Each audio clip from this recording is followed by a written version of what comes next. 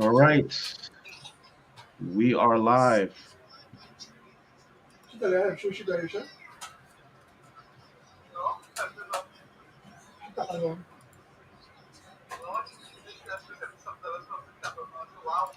I'm sure Sticky note. So, I'm sure Italiano she say I'd like to tell people what I give. She Italiano.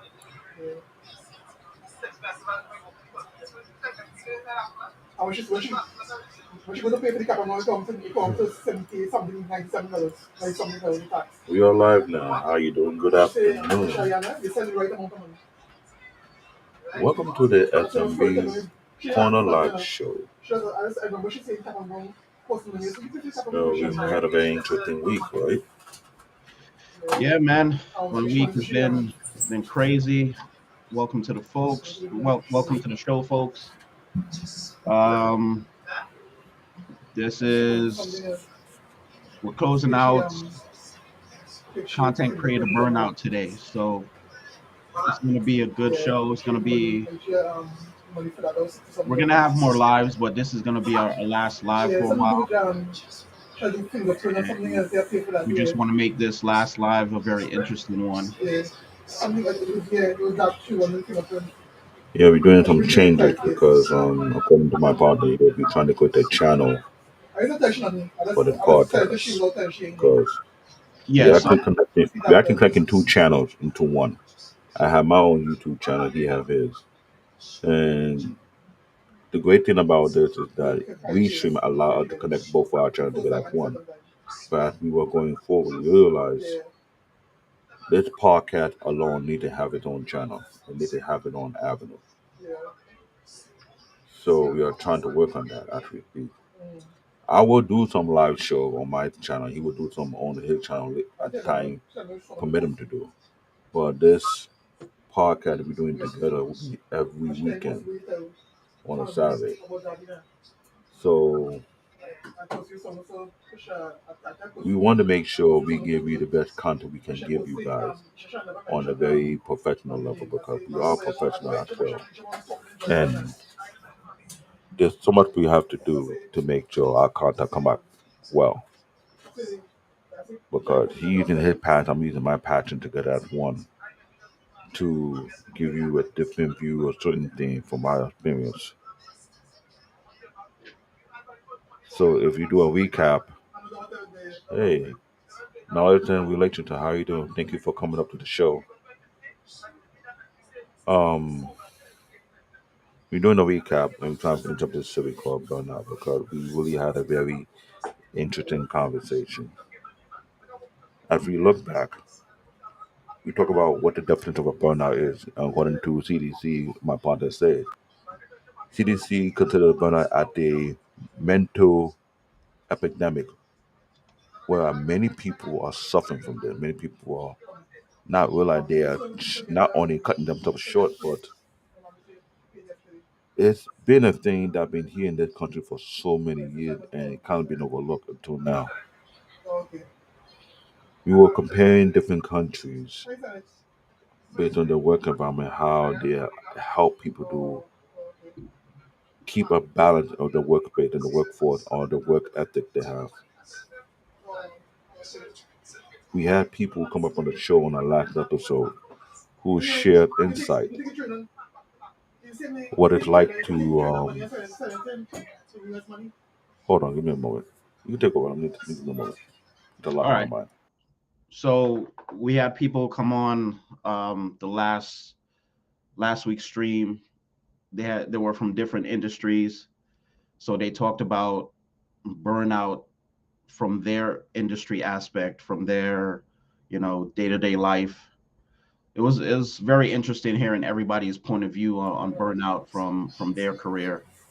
So it was definitely very interesting, something good to watch. We went for 5 hours hearing everybody's thoughts and ideas. So it was definitely really good. It's more than just good. It was something I never knew that I was doing to myself because as I share like what I was doing as an IT professional, I didn't realize I was literally taking a dangerous risk with my own life. We live in a country whereby The work environment will push you beyond your limit without you realize you're doing that to yourself for the sake of a paycheck, for the sake of able to pay the bills in the household, for the sake of having a roof over your head, for Hmm. the sake of paying that condo or that student loan, for the sake of getting out of debt. A lot of people have gone to the level whereby they forego their mental health, which connected to their physical health, and end up getting some undercover repercussion behind it. When I have two of my colleagues, including Marvin and another guy who came on the show named Peter Rocco, they mentioned how I didn't even care if I was training myself, but I didn't know there was a bad habit that many of us do on a day-to-day basis, not thinking about what will be the aftermath Hmm. of all the conversations. Hey Jenny, how you doing? Of all Hey, the conversations we had, happy Saturday. the one person that scared me the most was Mandra when he mentioned what the military goes to, the United States military. Uh-huh. I'm gonna take a little time to talk about that because it now allowed me to see this is a trend that have been trickled down all across the military. You burn out at at the mental badge if you think about it. If you burn out, Hmm. so what? You can keep moving. We're training you to do a certain thing. Then you find out veterans after they don't sacrifice their life for the betterment of this country. The aftermath that is something that have been overlooked for decades, Yeah. and there was not enough. There was not even more than enough help provided for the people. If y'all look back from last week's episode when Manjo was breaking it down, what he had to go through, and even when he came out, lucky for him, he was set up whereby he don't have to work. Yeah. Even though after he got out of the military, he worked for the government for a couple of years. He stacked more than enough resources and money whereby he don't have to work for month upon month, but he got to run his own business. So he's set. But the repercussion of what he had to go through, it was something whereby you have to take sleeping medicine to force yourself to sleep. You could go almost awake for 2 to 3 days. Hmm. I was like, how does the body function? And he said it's like normal. After you go through for so many years, it's like a regular thing. So as I look at that, I look at police officers, I look at fire department, I look at the people at nurses, I look at the people at teachers, our profession. How many people across the board had experienced burnout and didn't realize they were going through burnout and they just brush it off like it's a badge of honor. Now realize it's something you can overlook. Because in the long run, when you get older, you start to feel the after effect behind it. I don't think anybody even realized they're going through burnout because it's not something that it's not something that's told to everybody. You know, we'll chalk it up to like, oh, you're stressed out or something like that. We hear that a lot, but we don't hear the words, oh, you're burning yourself out. You know, that's the thing. It's something that's not told to us. It's not that it's not told to her. It's like they made it seem like, nah, it's no big deal, man. Suck it up. You can do this. I remember working in Walmart in Long Island, overnight shift. You put in all these heavy pallets of product, from fertilizer to electronic and to clothes, etc. I remember I was pulling over a 1,000 pound plus pallet like it was nothing. But I was leaning at a 45-degree angle, pulling at speed, one arm just showcase. I was like, yeah, it's no big deal, but these things add up. Yeah, You man. work in a furniture store, you live in heavy furniture, going up and down the stairs. How much time do you give your body? How much time do you give your body to recuperate before you go back to work? 30 minutes, 15 minutes, an hour even enough to begin with? The IT professionals who are running around like their head cut off, going up and down multiple floors, fixing computers, fixing laptops, fixing projectors, reconfigure the conference room, make sure everything's working at the phone line. They go underneath the table. They carry heavy equipment up and down, left and right, going to the cabinet, going from one building to another building, coming back. Then, God forbid, you are tired. You can't even take a power nap. You call sleeping on the job. It's a problem. Yeah, that's a write up. Real talk. IT professionals, you work for a big corporation and they have multiple buildings throughout Manhattan, and you have to bounce around multiple buildings. You don't tell me that will burn you out for real? Let's forget IT, police officers, what they got to go through. Do Yeah, they even got time to take a break? They do take a break. They got to keep they got to keep their guards up. Big Bad Blue, welcome to the show. I appreciate you being here. what's going on? It's like I'm speaking about it passionately because I start to think about what would I doing to myself. Hmm. Yeah, I was conditioned. I was a gym rat. I was strong. I was lifting heavy. Yeah, but how much wear and tear did I put on my body that I know that if I turn 50, 60, I'm not gonna pay the repercussion for it. Yeah, that's it's a good question. It's a good question. The firefighters gotta carry over 50 pound worth of equipment. Yeah. You look at the whole setup they have to wear. And on top of that, that's average compared to actual equipment and they coming up the ladder, going to these burning buildings, breaking, and they do that almost on a daily basis, depending on how many fire you gotta take care of. Yeah. After a long period of time, Yeah. all that wear, and you talk about gravity with all the equipment on there, all that wear and tear. What happened when they do retire? What repercussions do they have on their body? Lower back problems, knee pains, all types of pains that they didn't feel when they were active. Jenny just tell us, police officers don't get a lunch break at all. When people see them sitting down to eat or get a coffee, they look at them as being lazy. Yeah, that Okay, yeah. that's what I was talking about.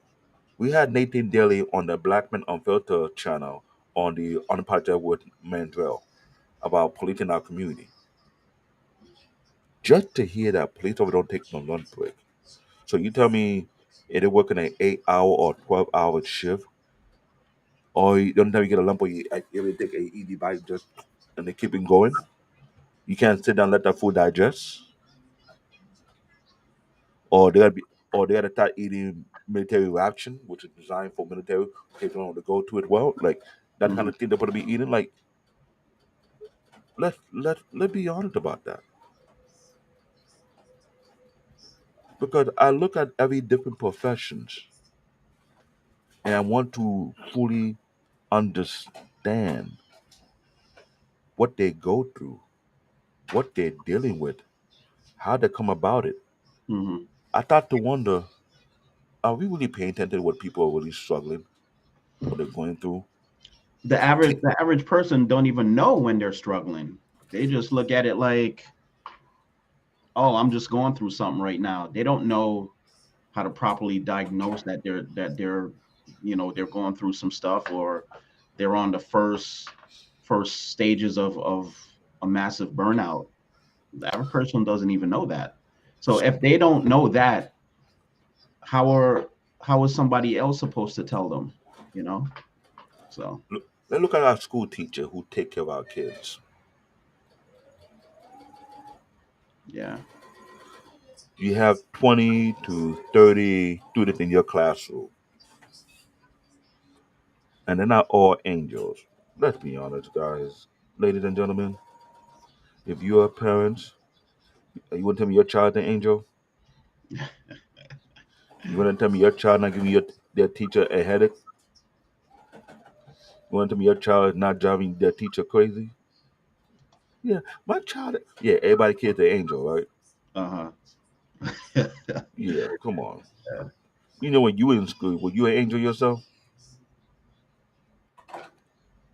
You sure you went on the class clown yourself? Like, come on, let's be real here. And I think about it, I was like, I remember I used to work for the Board of Education in Dell back in 2004, 2005. We've been to over 300 schools Uh-huh. across the five boroughs.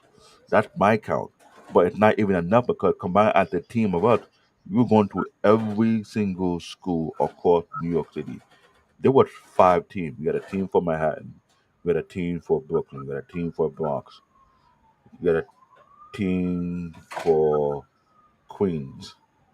And a small team. And I wouldn't. I don't normally have a big team. So people from the Brooklyn team or the Manhattan team or the Bronx team go over to help out Staten Island. Then we have some tech from New Jersey partake in whatever team that we put into. Now you have these big. I'm talking about these big schools that have like 4, 5, or 6 floors, and 9 times out of 10 they don't even have elevators because these school buildings are outdated buildings, whereby they're able to get the funding to reconfigure their building to install an elevator. You know how long that takes? Mm-hmm. Unless you got to tear it down and build a whole new building together. So imagine these schools that have been there for 30, 40, 50, 60 years. They don't have the funding to keep it as it is. Then you got multiple classrooms. All the rooms that you have to store the computers on the third, fourth, fifth, and sixth floor. Yeah. From computer lab to classroom, from library, etc. And you have a 18-wheel truck that bring about a 2,000 plus or 4,000 plus piece. You shipping about 800 laptops, 1,000 desktop with 1,000 monitors, about 40 to 50 printers. Out of the number of 40 to 50 printers, about maybe 20 about small printers, and the rest are the big, Yep. bulky. Xerox. Yeah. Forget the Xerox. I'm talking about the AP printer that have multiple pieces added. We call them the transformer because you have multiple trays. All the Mm-hmm. so you have to interconnect them together. You have to screw and lock it in. They have multiple. Like, come on, you know how heavy that is? That you had to carry up the staircase. Those big printers weigh at least 100 pounds. Now, not everybody able to carry it, and God forbid you don't have a proper hand truck. I remember on that project, I had to swing no bad boy, put on my back, arc myself 45-degree angle because the stairwell was designed for kids. It's not designed for adults. So we had to. Adults bringing up equipment. Yeah. Now our team don't have what the other team who do the lockdown. Those people who do the lockdown, they have the automatic hand truck that made their job easy. You press the button, it just 3 wheels, climb the staircase easy. We didn't have the funding for that. And our hand truck, there was no air in it, and that was crazy. So imagine that. Forget about the noise. That's my wife talking to the Terminator out there. I apologize. But as I'm thinking about that, I was like, damn. I left one day. I left 5 to 6 heavy printer to the third floor, to the fourth floor, to the fifth floor, 100 pound each. So that day, that's 600 pound worth of equipment I put on my back. Mm-hmm. Then I help out with moving over 1,000 plus pieces.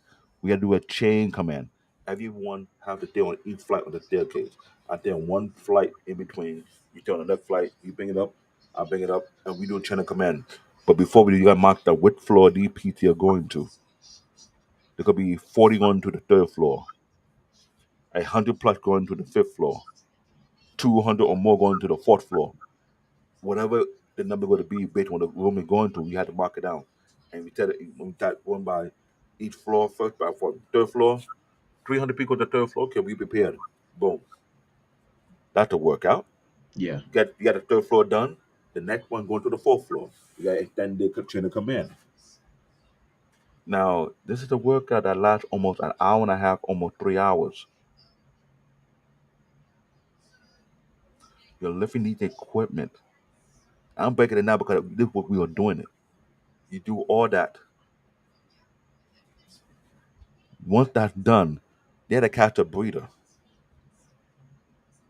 Because the amount and these buildings, these school buildings, if you've been there in New York City, a lot of these schools don't even have AC. God Yeah. forbid The weather is looking nice outside, and your body been on that level of heat whereby and we can't waste time because once we take a little breather, we gotta start unboxing and installing these multiple rooms. We start from 7:30, 8 o'clock in the morning. We ain't done till like almost 7 p.m. That's Yeah. for a huge project for a school. Yeah. Now, regular days, you can have a truck and you have multiple stops. You got like 4 to 6 stops. And the driver you be assigned to, oh, you gotta drop 20 laptop here, okay, good. You gotta drop 10 laptop here, good. You gotta drop 5 printer. But when you drop, you're not just dropping. You get in there, you unboxing, you install it, make everything run. They teach you, I'm trying to sign off, take the boxes out, take out the trash, jump on the truck, and go to everything has to be timed. It's like you're a UPS driver, but you're not a UPS driver. You're Yeah. doing way more than what a UPS would driver would do. Yeah. Yeah, you have driver for IKEA or the furniture store, but unless the customer pay for installation, there's no such the customer. Every job we do for the school, we do an installation. And that's what the contract was signed for. Yeah. So we are doing tech work and labor at the same time. Imagine that. Yeah, man. Imagine the janitors who had to clean corporate office. Yeah. Every profession across this country, not one is not getting them. You can't say there's one that's not burning them. Almost every person that burn themselves out to the core. You know the most number one profession that people overlook the most? What The is that? mothers. The mothers. That's true. Mothers work almost 24/7, 7 days a week the moment they give birth to a baby. I'm doing this monologue because I need to do a shout out to all the young moms and the moms who have been super mom. They had to juggle on their own. You wake up middle of the night to change a baby diaper, feed them, put them to sleep. You hope that they sleep long enough till you get your sleep. Then when they wake up, you have to wake up. You gotta train the diaper, you gotta feed them, you have to entertain them, you gotta educate them. Mom don't get paid. But mom don't get the recognition like other countries doing for them. Hmm. You gotta take them to the doctor and take them through the medical check or everything. You gotta get them prepared for school. If it's one child, it's one different. But we might have 2 or 3 kids. It become a routine. I talked about it before in the past, whereby the United Kingdom they make sure every mom have a nurse who work with them all the way up from doing the labor 9 months late. No, not 9 months. When you get to like 6 months, they send to you to take care of you and help you out. From the time you gave birth or to the time your child is 1 year, they deal with you. Really They come, yeah. interesting. I didn't know that. When you did a documentary, I think with Fahrenheit 9/11, talk about the medical system. Yeah. I watched that documentary and I heard about it. I was like, what? Women who work in the corporate UK, when they get paternity leave, the paternity lasts for a whole year Nice. plus Yeah. until the child turn one. They make sure to send a nurse to your house to help you with everything, from the cooking, from the cleaning, help you find the doctor appointment, etc. They're there to assist you. Does mom get paid?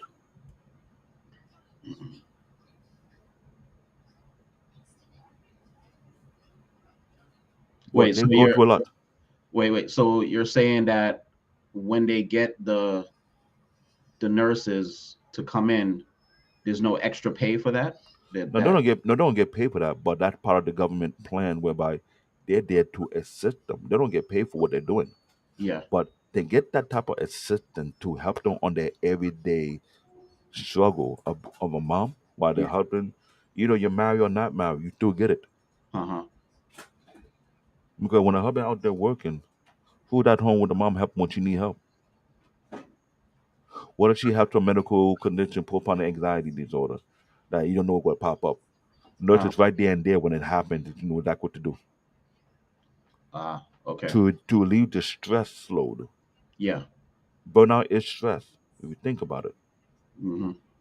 But when you have the extra hand who's there for you every day or every step of the way, it leveled out the stress level to make it easier to get accustomed to. But we don't have it here. The mother job is one of the highest stress level job in the country today, compared to the military, compared to the police officer, compared to the firefighter, because you have women who go suffer from postpartum anxiety disorder, postpartum depression disorder. What do you think that come about with that? Lack of What, probably. when they were pregnant and going through their prenatal care, who do they have at home to help them out with their everyday need? Mm, So I had to get my shout out to all the moms out there who hearing this. Like, yeah, you go to way more burnout similar to the military. When God forbid you have twins or triplet, yeah.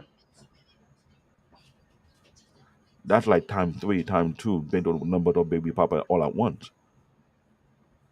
If the husband cannot quit his job to help you out, then who's at home to help you? Whether you don't have a mom to help you or auntie to help you or somebody to come and help you, who do you have there? Yeah. Not everybody privileged.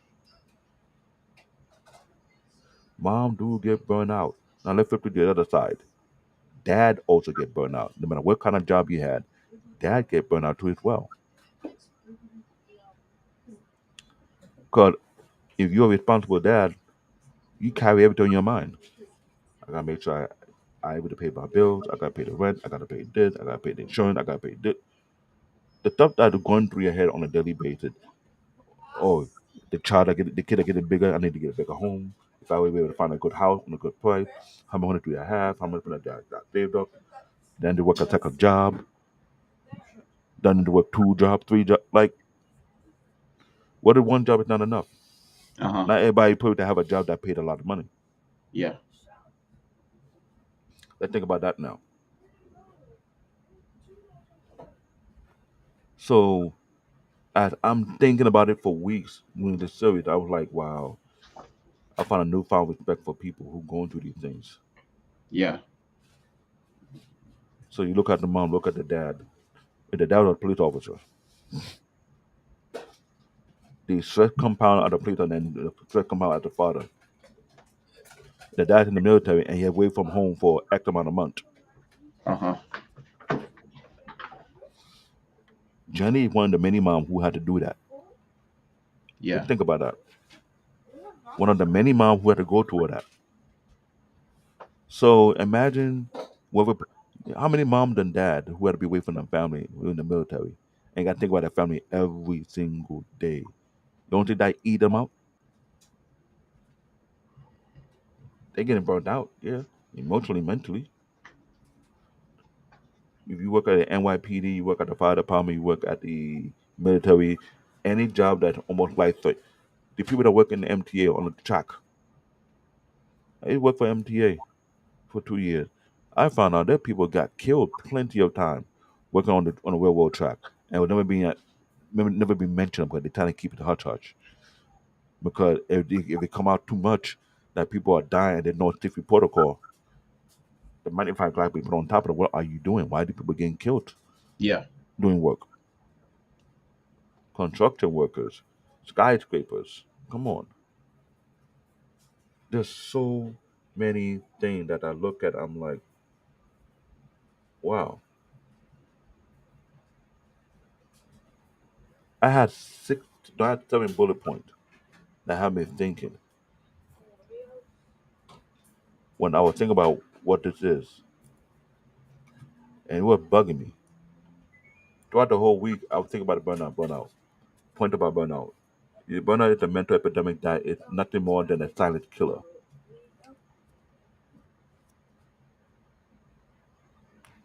You can't tell me that's not wrong. No, that's not wrong. That's basically straight to the point right there. How many people who they're the young girl. I remember working under the NYPD, now more call center in the Bronx. Yeah. So rest in peace. Very beautiful spirit. I had to walk around the number of call center and just crack jokes, make people feel a little bit alive because it's a very tense, high pressure job. You're getting all type of calls left and right. There'll be days whereby the call are ringing on multiple phone lines because they want you to event that happen, a fire that happened, or an explosion that happened, or a shooting that happened. Multiple people injured, multiple people calling it 911 like out of nowhere. Uh-huh. So you can imagine the type of stress they go through trying to answer the call, try to de-escalate the frustration, and get all the information they get. They can route the police, to route the EMS, route whoever need to be out there at that scene to rectify the issue. So imagine this young girl. She's like what 28, 29, young mom. Saw her one week. My shift was from Monday to Friday. I think from 11. No, it was 11. I think it was from 1 p.m. to 11. I know I work an 8 hour shift, maybe from 9. And my shift overlap another person who come in and relieve me. Saw her on the Friday. Next week I didn't see her. For 2 weeks I didn't hear nothing about her. Yeah. Somebody told me, you know, she when she came on a Saturday, she had a heart murmur. Then when she finished her shift, the moment she stepped out of the building in less than 5 minutes, she collapsed and died in front of the NYPD 911 call center. Yeah, man. It's a silent killer, pretty much. The other way, she was burning herself out. The workload, what she was doing at the mom, single mom, coming to at the supervisor, doing these things, it is scary. Literally scary. And when I heard that, I almost cried. I was like, she did what? I would think when you have a hot moment, you say, "Oh, I need to call out." I need no. She completed her shift while she was having a hot murmur, and on our way home, in less than 5 hours, she stepped out of the building. She collapsed and just dropped it and died. That's the thing with most jobs I don't understand. It's like if you know you're not feeling good or you just know that you're not something's off, they won't they won't allow you to just basically say, "Hey, take the rest of the day off" or something like that. They won't even give you that. The most jobs like that, you have a supervisor that will tell you, "Hey, take a 15 and then, get back to work or whatever." That 15 is not going to do anything for you. So it's just I never so you were talking about before that this is only in the US, and that's a problem that I believe people need to start looking into, because right now we were talking behind the scenes, and right now what's going on in the corporate world is a mass, resignation of people leaving their jobs because whatever the COVID mandate or whatever. But it's just people don't want to deal with that anymore. They don't want to deal with that stress. But I think this is something that we need to bring to the forefront and start talking about it a little bit more. The causes of burnout, how to identify it. If you identify you're going through burnout, what steps you need to take. You know, And not everybody have a outlet. yeah, Let's that let's is be true. let let's just be honest here. Every profession that is being run in this country today, not everyone have the privilege to have an outlet to deal with the burnout. There are people, especially in New York, who work 2 to 3 jobs. I remember when I was in college, I almost worked 3 jobs. Yeah, I did too. Trying to be a full-time student and you have like 2 or 3 different part-time jobs and you're Yep. trying to juggle that with your studies. Yep. A lot of university students who are not privileged go to burnout and they don't realize it. Hmm. You're trying to make sure your money doesn't go down the drain. You're trying to make sure you pass your classes, you get your degree. You And got once you money get for it, your books. You got money for your books. You got money for whatever equipment you need to buy from your school. Yeah, I've been there, bro. Now, if the part job don't work, well, let me flip on that side. ATL. How many young girls do you know don't want to even take part job because it's not making the kind of money they need? They will take the other route, Yeah. and the yeah, it make a lot of money, but you don't think for a second they're suppressing the fear or the anxiety in their heart and kind of Hmm. brush it off. So they do their little routine, make that money, and go home like it's no big deal, and put in the back of mind, this is for the bigger good, this is for the greater good. It's not going to affect me down the line. Like, come on. Yeah. Some people are hoping that okay, if I just hide my face or wear a shade, I do OnlyFan or whatever. Like it's not gonna mess up my family. Like people had to rationalize their moral foundation, their mental foundation, if it's worth it or not, to make specific choices. We create an environment whereby it's do or die. Yeah. If you want to pay that bills, you do what you need to do to get the money. A lot of our jobs are being outsourced or being taken over by international entities. Or if it's not international entity, is robotics.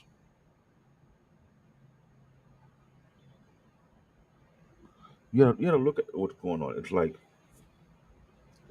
this is what I was talking about in all the other panel about. We're not using our constitutional right to create the environment that's best for us. Yeah. We are so buried into our work and our daily life, we don't pay attention to who we put into office, and these people create the environment based on the suffering. They capitalize on our suffering Yeah. and make money out of it. We're in a nation that almost every politician who spend more than, hey, what's up, Tommy? What's going on, man? I wanted him to come on, but I know he will be. This is a single dad who got full cut of his kids, a Wow. former a former veteran and a truck driver. Yeah. You can't tell me that's not stress right there. I imagine how many times he get burned out the truck driver, the veteran. We'll talk. That's a lot. That's a lot on one man's plate. Yeah, but he was conditioned for it. See, when I say I was conditioned to do the workload I was doing, Yeah. that's why I say burnout is a silent killer. Point number two: burnout can be very hard to detect if you're not paying attention to the sign. How Exactly. often do we pay attention to the sign of we killing ourselves? Another question is, how can we tell what the signs are? That's the thing. I mean, like I was saying, it's just like people if we're not talking about it and things are not being put in place where you could see the signs that you're going through burnout. The average person's not going to know what they're going through. They'll just chop it up to like, oh, I'm stressed out this month, or the past 6 months have been hard. But those past 6 months, you could be going through so much stuff that's leading to a to a something happening where you pass out at work, or like that girl you were talking about, that when she left the job, she basically collapsed and died right in front of her job. You can have family issue, relationship issue, financial issue that is weighted on your mind, your heart, combined with the work environment issue. Yep. And you trying to find a solution, you can't even get a breather. Yep. We have a homelessness epidemic in this country today. Hmm. In New York City, MTA subway system is like an artificial homeless shelter. Pretty much. Yeah. Pretty much. I say it again. MTA subway system is almost like an artificial homeless shelter. I told Anton Daniel, shout out to Anton Daniel, You talk about having a meet and greet in New York. I tell you want to bypass New York City. It's not safe for you guys. You could take the subway like me and Marvin. We on a daily basis before C19 came into existence. We ride the subway system on a daily basis. We see what we see on a daily basis. It Yeah, got even worse because of C19. I don't want to say the actual word because I want to get our channel flag whatsoever. yeah. But So we just say C19. Yeah, yeah, as as it got out of hand, every day something crazy going on the MTA subway system or on the bus, depending on the community. Now you in Manhattan or you're downtown Brooklyn, where these homeless people hope to get money from people. You can see these people sleeping on the street, sleeping on the block right in front of you. A lot of people are moving out from the city because the rent is ridiculous.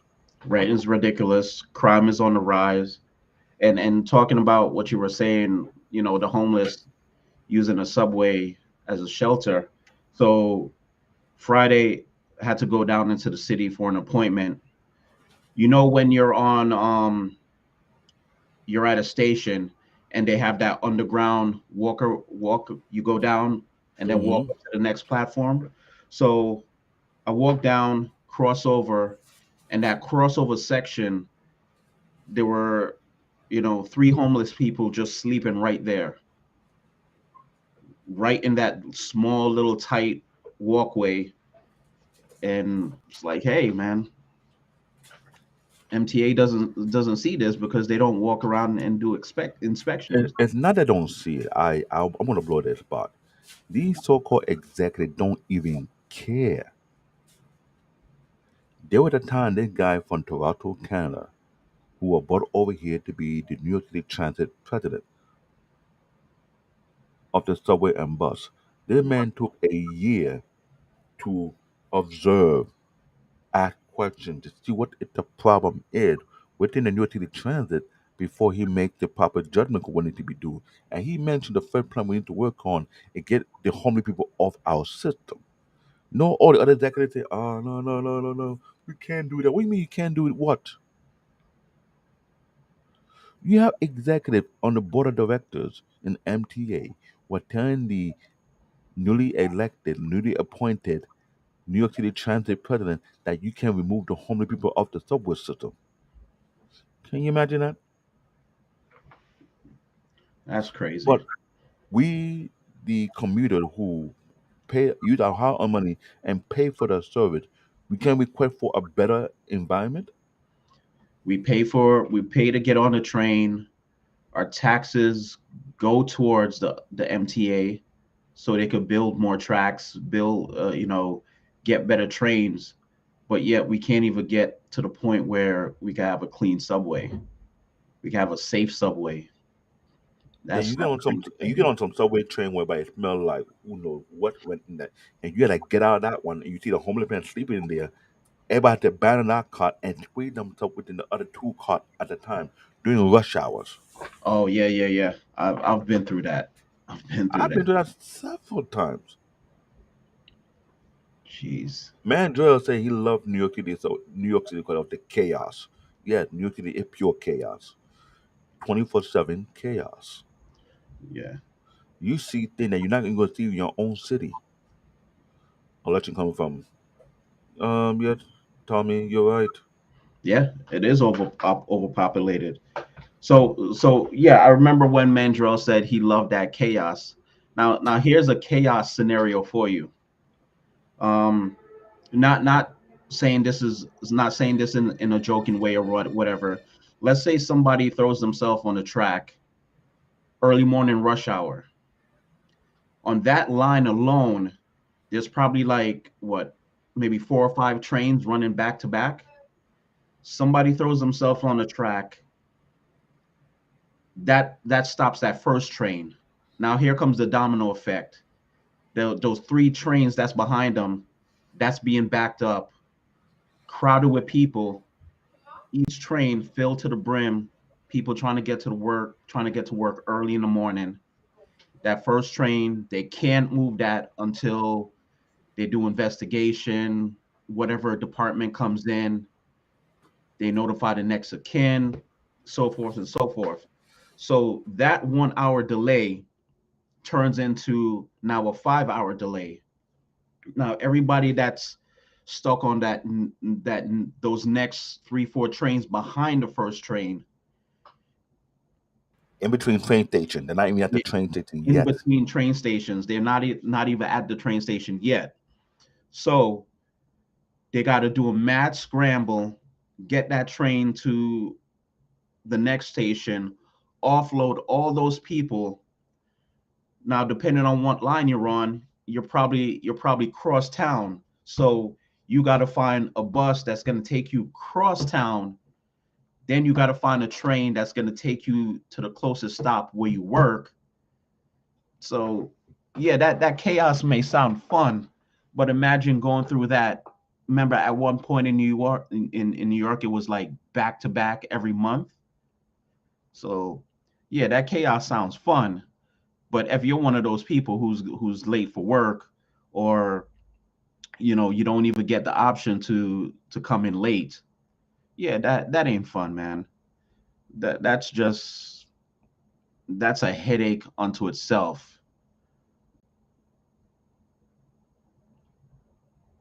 I totally get it. And there's not where there was a time where we went back to back, man. It was almost like on back to back other days. And Yeah, it was like, what the hell is going on? yeah, So if you gotta be at work at a certain time, you had a kill so where you gotta leave your house maybe an hour or two and just calculate any kind of delay that might come up so you have enough time to get there.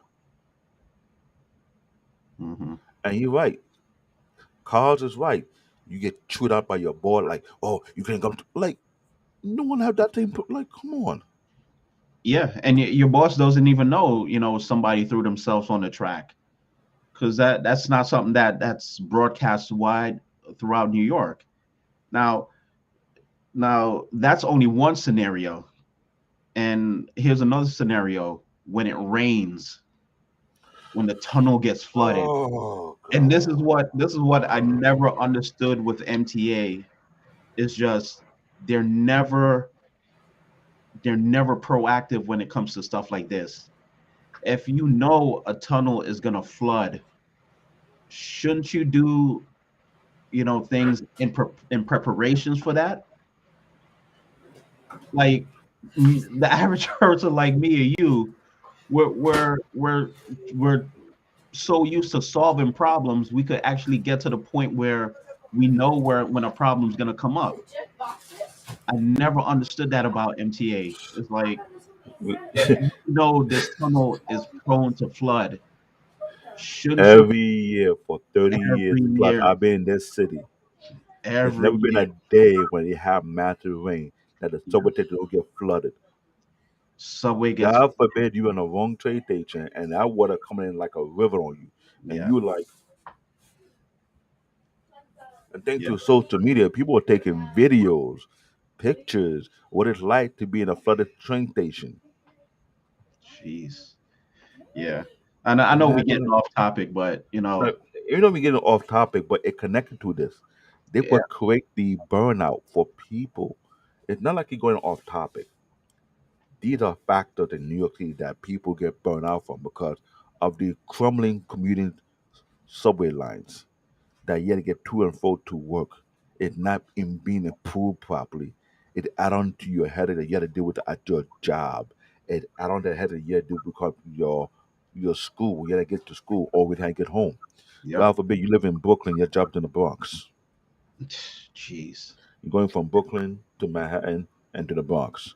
Or if you luckily see on a note that the issue with the subway line in Manhattan, you got to go around, take the train from Brooklyn to Queens, then go around to the Bronx. Yeah, Like, God forbid there's not too many multiple problems, multiple and how you get to work then.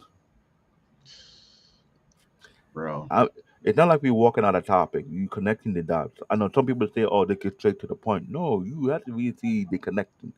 Our life in this world today is intertwined with so many things, so many factors we overlook. So many That's why I had factors. Yeah, that's why I say you cannot see the sign. That was number 2 point. Number 3 point. There's little to no help when it comes to burnout. That is true. So if you're a college student, you're a mom, you're a dad, you're a police officer, you're a fire department, a firefighter, or you are in the military, you're a school teacher, you're a professor, whatever job you're in, that the level of stress is added on and compounded to the outside factor and inside factor. How do you get a chance to deal with it? Nobody knows. Or you work, you work in the, you don't work in the city, you work in the urban area. There's no commute from to and fro to your job. You got to walk 5 miles to your Yeah, jobs, then 5 miles back. Some people leave their house 4 o'clock in the morning to get to their job on foot before 7. exactly. Exactly. I hear these stories, so it's not like I'm just straight on top. I think sometimes people want to have a short, straight Twitter-like answer. No, our answer is not like Twitter. Nah. Everything is connected. Yeah. Everything. When you overlook it, you missed it. This is why I like to paint a picture so you can see the string that it's tugging against you. If you're living in an overpopulated city like New York City or California, and rent is going high, I should say, unless you think like, I'm not trying to be racist, like you think like a Chinese, let 9 you people live in a one-bedroom apartment. What ethnic group would do such a thing? Yeah. Who like to have their own space? A two-bedroom apartment go from 2250 to 2500 in New York City Yeah. without no regulations. No regulations. Yep. Hey, you want to tell a link? Want to tell them a link for Tommy? You can let us know what the truck driver feel like All right. Let me send them a link. because I'm telling you, this is only for Tommy only because we want to come on the channel and let us know what a truck driver go through because we're not gonna make the thing be long like the last episode. You will have it under 2 hours because this is so much that it been bothering me for the week. I didn't even realize I was killing myself. And as I did my bullet point, it got me thinking like, damn, this is for real. This is serious.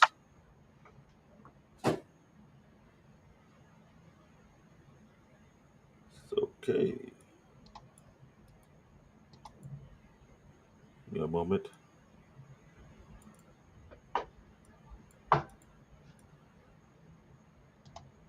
I'll post it in the chat. People didn't see it in the chat yet. Tommy, click that link. You can come in. This is something that I cannot lie to nobody.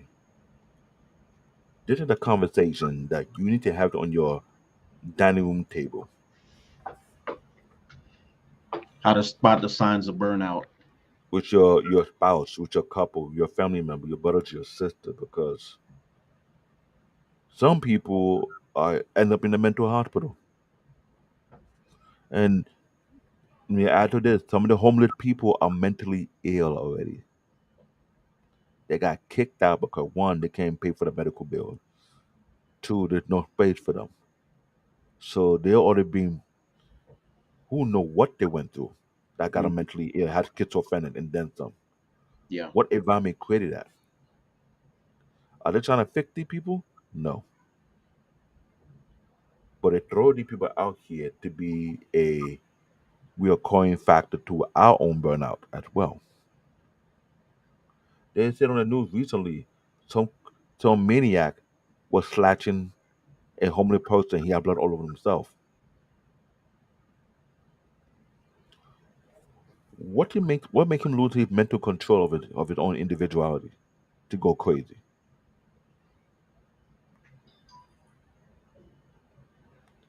There are other countries. They create the environment to make sure they don't go through what we go through. Hmm. You know that the rating of what country where the people are most happier, the most relaxed. Really. Our country nowhere near the top 20, nowhere near the top 40, no top 50. Hey, Tommy, what's going on? Hey, what's going on, Black David? Hey, what's going What's on, Yeah, Mark? going on? it's What's good to going on? have you here because when you told me you're a veteran and you're a truck driver, that's another profession that we overlook. Yeah, it's a lot of burn. It actually back in the day, in the 80s and the 90s before they started the drug testing, what a lot of truck drivers would do would they would go on these runs for like a week straight with no sleep. So they would do like crank or coke or something like that, and they would just run. Uh, it's it's kind of like a byproduct. This is a really good discussion you having because it's one of the byproducts of like capitalism, in this constant need for more, and so it's the balance between um Sorry, Uncle Stu. I'm so glad you came on it. There's another guy. This we call the guy the OG, Uncle hmm Stu, old man on the block. Uh-huh. I'm glad you came to my channel because we had a very, very interesting conversation. Continue, Tommy. yeah, so it's and just a profession as it is, especially like if you're an owner operator, like you're paid on what you do, and so like for somebody like me, that's kind of hard because like when I first got into it, they would say, "Oh, you can make this much up to this much," and for me, I don't even want to hear the low number. How do I get to the high number?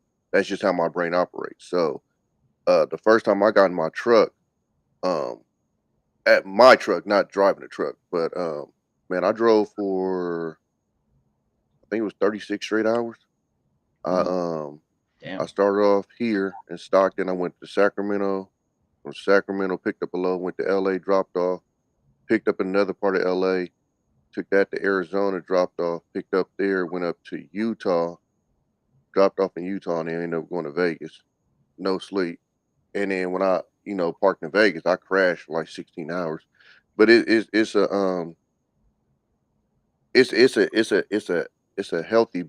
I'm not going to say it's the unhealthy balance.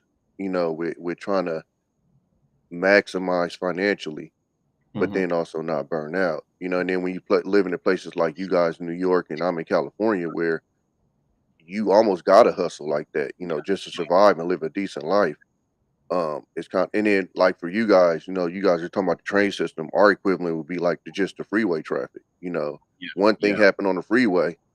I've been in LA before in my truck, bro, and I went 30 miles. It took me 3 hours. Like, Damn. yeah, it gets thick out there. So like all the stories you hear, if you never experienced, it's real. It's certain freeways though. It's not the whole thing, but nah, Yeah. that traffic out there is pretty much second to none. It's pretty bad. And I say that because I know you guys traffic are is pretty bad, but you got that option of the subway, which I think you guys probably got the best subway in the world. Um, Out here we got decent subways, but I'm saying as far as like you can maneuver without a car. Yeah. Out Yeah. here you have to have a car. Yeah. When I went to the military and I met grown ass people from New York who had never had a license, that shit too. I was like, wait, what? It's Yeah. like, yeah, dude. And then because I'm from California, I had never been to New York, so I had never even fathomed that you didn't drive anywhere. And they, oh yeah, we just take the subway, and we Yeah. have a subway out here called BART, Yeah. but that's the option when you don't have a car, and then it's kind of like you look down upon because like, oh, you broke, you on BART. You know what I'm saying? Like as for y'all, like you said, you be sitting next to a damn millionaire on the train. Out Yeah. here, nah, we drive it. Yeah. So our equivalent would be kind of like the freeways because even the Bay Area traffic is not as bad as LA, but it is pretty bad. So Yeah. I got some family out in the uh, Silicon Valley area, oh, uh, that's the Bay, yeah, San Francisco yeah. area. Yeah. Oh yeah, yeah. So yeah, they'll tell you some stories about some They tell traffic. me about Yeah, it. yeah. Yeah. But and then as far as like the military, man, it's a mix of a lot. When you first go to boot camp, man, they keep you up for shit, I want to say like 30 straight hours or something. Man, like I'm like we literally was sleeping standing up on the wall. Like we were so tired. Um, but it's to get you ready for, what you eventually had to go through or whatever, which is we would do, 16, 18, 24-hour watches, Yeah. what I'm saying, with no sleep. And Yeah. then even when we went to sleep, so the if you're on the carrier, the landing strip for the planes is here. Yeah. Once you go one section below, that's where people sleeping at. So you're going to sleep while airplanes are landing on top of you. Yeah. You know what I'm saying? It's just boom, boom, boom, And the crazy part about it, because people laugh at me now, because I could literally go to sleep anywhere, anytime, and they laugh at me when I'm like, "That's what you had to do in the military." It's like you literally slept through everything, Yeah. or you wasn't gonna get no sleep. Yeah. But and then so that's part of it. And then I tell people too, like being in the military is almost like being in jail. And when I say that, I mean as far as like your life is your life here, but the life that you left is still going. So when you come back, it's so much stuff that has changed. It's almost like, when you're in jail. So that's why, like, I don't even think people really understand when people get these numbers and they go to jail. Like my brother's been in jail for he's been in the pen for 15 years. Wow. So in the 15 years, you just think about how cell phones done changed, how TVs done changed. You know what I'm saying? So Yeah. that's a big thing with the militaries. When you're in there, man, I had I don't know how many partners that passed away. My grandma passed away. When I was in boot camp, um, I found out my sister had moved to Vegas, and then something happened, and my dad went out to go get her, and he found out that she was on drugs. Um, it's just so much stuff that happens, um, that I guess because when you're home, it seems like it goes slower because you're actually there when it happens. Yeah. But when you're away, it just seems like it's just stacking. It's just But Yeah. so that adds to your burnout because of that stuff. Um, you dealing a lot of times with anxiety, stress, depression, all like it's you go through, and then you're away from even the family that you've made, in the military. Then you got to go away from them if you got a wife or kids or something like that. So it's a lot that adds to that burnout um aspect as far as military wise. So it's I don't know. I've always tried to find this balance, especially like with my kids. Of making money and then spending time with them, and it's a crazy balance. So I've even got to the point in my life where I don't even know if I want what a lot of these people are aspiring to get, because I know the sacrifice that it takes for them to get that. I don't know if I want to make that sacrifice as far as like with my kids. Yeah. Yeah. So um perfect examples like with the truck driving thing, man. I've heard so many truck drivers' kids talk about not seeing their dad and this, that, and the other. And so in my brain, I'm like, if I've heard this, I'd be A, selfish, or just be stupid to go here and repeat exactly what I've heard a kid say about their dad in the same situation. So that's Exactly. why I don't do like a lot of long haul and stuff. Like it's just a sacrifice I make.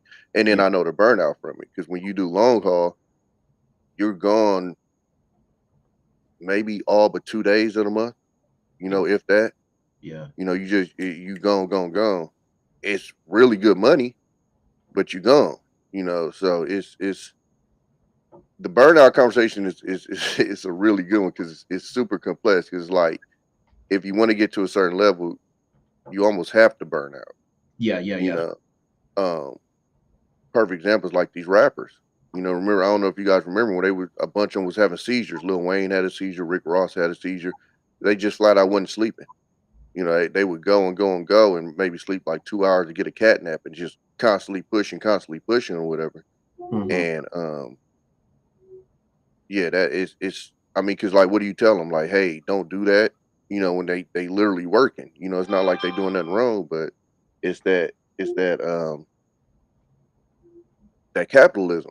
That's the drive that it puts you in, to keep on pushing, keep on going, keep on trying to get more. So it's Yeah. I like, mean, I definitely hear, money is that motivating factor, but yeah, I think it's just like you gotta take a look at the whole situation, and it's like, is money, when you're dead and gone from being, worked out, the yeah, money's not coming with you. yeah, And So it's just like you gotta I think you just gotta find that right balance and know what the signs are when it comes to, getting burned out. I wanted to Yeah. ask you about like the long haul trucking, because Mm, right now I'm starting to see like a lot of, couples and families that are in mhm. trucking. They go out together. Is that Yeah. because of just the time you're away from family? Everybody just, Yeah, I think, yeah, I think, because I used to take my kids with me. Um, I used to hop in the back. They used to love that. Um, but I think that's part of it. Is just having them there, because yeah, I mean, you literally, it's one. So for me, it's cool because I got a little bit of like social anxiety. Like I don't really like the mingling thing. Like you guys having to deal with coworkers. It's not that I can't work with coworkers. I would prefer not to, yeah, yeah, because I know what comes with it. yeah, So for me, it's like the perfect job. I get in my truck. I have limited conversation with my boss. They hit me for what they need to, and that's it. And it's just me in the road. I throw on a podcast or throw on like a YouTube channel or some music, and I'm coasting. I'm doing me. And but also you got to remember now, if you're doing a long distance, that's a lot of just you time. It's yeah, just you. So I think that's a bit of it too. Is it get lonely out there? So um, and it is made for certain people. But it's for me. I talk to a lot of um people's kids that that had dads that did the long haul, yeah, and it's just the stories I heard. I'm like, I don't want my kid to have this story. So for me, that wasn't even an option for me. yeah, Because I had my daughter when I got in, and that was it. So with her, she was what? Yeah, she was around like 1 or 2, and I'm like, I don't want to miss out on it. Like seeing her start walking, it's like that's all the stuff that you said. So it's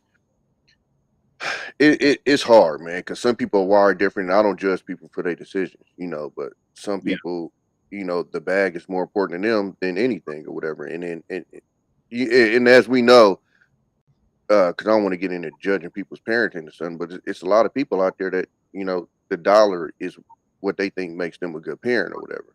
And if yeah, that's what they believe, I'm not here to tell nobody this, that, and the other. But that's yeah, what a lot of people believe. But if I've had conversations with people's kids who've had this, and it's not like I went up to them and say, "Hey, what's your experience?" But just having conversation when they start talking about stuff that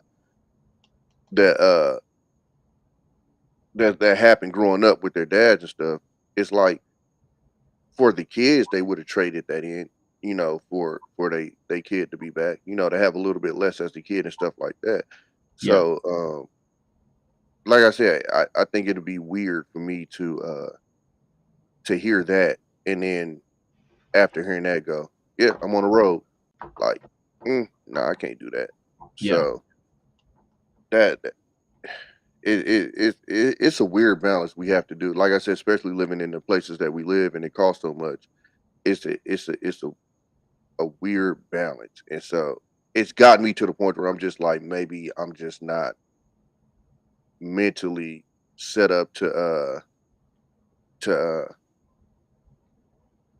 I guess make the sacrifices that these cats make to make this crazy amount of money, but they uh-huh, cool with just not being with their kids as much. I personally, like, I enjoy being with my kids. I enjoy kicking it with them and stuff like that, and yeah, I know how important it is. So for me, it's really hard for me to I mean, even with me being local, man, I drive anywhere from 12 to 16 hours, you know, yeah, a day. So I'm still putting in a lot of hours, but to think that people are even putting in more than that, it's just it's crazy to me. But I And don't judge people. It is what it is. but Different. Tommy, I know you don't judge them, but based on you talking to these other truck drivers who drive across the country, Mhm. did they ever share you the any type of horror or explain what they made them feel if they want to reduce the amount of time they spend on the road? A lot of them, a lot of them don't want to be home. To be honest with you, I'm just be cold uh-huh, hard. A lot of them just they would rather be on the road. yeah, And I'm gonna give you a perfect example. Is when you see these athletes and they retire and then they either unretire or they either divorced, because as long as they playing the sport and they on the road most of the time and they ain't seeing this person in their face, they good money. They get home and they got to actually sit down and spend time with these people. They go crazy. You know what I'm saying? Like we just saw Tom Brady. Tom Brady was at home for 2 months. All right, I'm back. I'm Yeah. cool. You feel me? Like just 2 months, bro was like, yeah, this ain't it. You know Yes. what I'm saying? So and that's why I talk about when I talk about in this space and everybody talk about marriage. And again, I'm not one to talk against it, but I'm saying they talk about, and I guess it's because they promote it, so I get that. But they talk about it from an aspect of almost like everybody that's in it, it's just peaches and roses, and it's just all great over here. And I'm like, and that's why I said, I think you remember Black Day when I made that comment. I said that the actual people that are married don't advertise it well. You know, the stuff that I see, I'll be like, I don't want that shit. And I get that because it's all based on it's falling under kind of burnout because what you're Yeah, saying, there's some people cannot stay home because whatever aspect is going on at home, it's burning them out. They yep, rather you use the road at their therapy. It's like a yeah. tranquility, even though they're driving, they're going across the road, it may be more relaxing to them. Mm. They find their peace. And I Yeah, get that. And there's some people are not trying to say they're avoiding home, they're driving these long hours just for the sake of paying their bills. yeah. You know what I'm saying? Because it looks like you gave us a window to look into that there's a flip side to everything concerning truck drivers. How people getting burnt out and how people not getting burnt out, how people use their burnout at something else that is not. I think so. I can only speak for say like California. 'Cause I haven't lived anywhere else. But as far as for us, if you drive long distance out of here, that's a choice because you can make.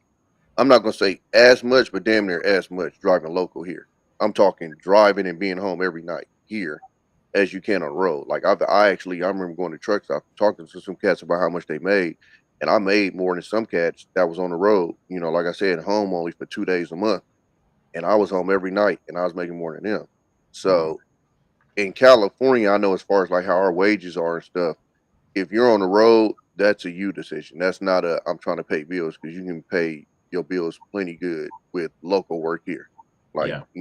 you may have to say like your first 2 years when you first get out of school, which even now I don't even think you would have to now because it's a nationwide driver shortage. So now it's easier to get a job than whenever. Oh man, Oh, listen, word. Damn. I got 11 years in. I ain't got no tickets on my record, man. I walk around like I'm LeBron. You can't talk to me. Yeah. If I leave this job, I'll have another job for y'all. Put somebody in my seat, guaranteed, 100%. So it's so yeah, I think in that factor, and that's why I had it when uh Black Man was talking about I can't remember if it was just his cousin or something that was on the road or whatever, and he was talking about he had all their kids. That's how he took care of his kids, and that's why I told Black Man, I said, well, and I kind of gotta look back on that because, like I said, I can only speak for California. But if he was in California, I would have more looked at it as like, nah, that's his choice. Because, like I said, if he wanted to be home and kick it with him, you could find a good local, paying jobs that, um, you know, And that's the point that need to burn out because some people had to leave where they live to go to yeah, another state to find a job. yeah, Like I live in New York. A lot of people are leaving New York because they getting yeah. burnt out here from this city is driving them bonkers. California too. S- It's a And you mass and exodus out of here. I'm surprised. I'm just hearing that from you because Yeah. here we hear the exodus going on in New York City. People Uh-huh. are fed up. People cannot take it no more. They're saying now 40% of the people who work in Manhattan don't want to come back to work because it's Yeah. not safe. Now I'm hearing Hmm. from you that a man actually going on in California as well because I see it on the video. Anton went out there and there were mad homeless people on the street. So I honestly don't know what's going on as far as this homeless thing, but bro, I've never seen it like this. Like this, like it's street that I went down when I grew up on that just was like perfectly fine. That's literally, I promise you, the entire street is just a homeless encampment. It is like this driving around here. I'm not even joking with y'all. And one day I might film it just to show y'all one time. It damn near feel like the apocalypse, bro. It's so many homeless people out here, bro. I'm talking about like almost every freeway ramp you drive by, it's a Yeah. homeless encampment.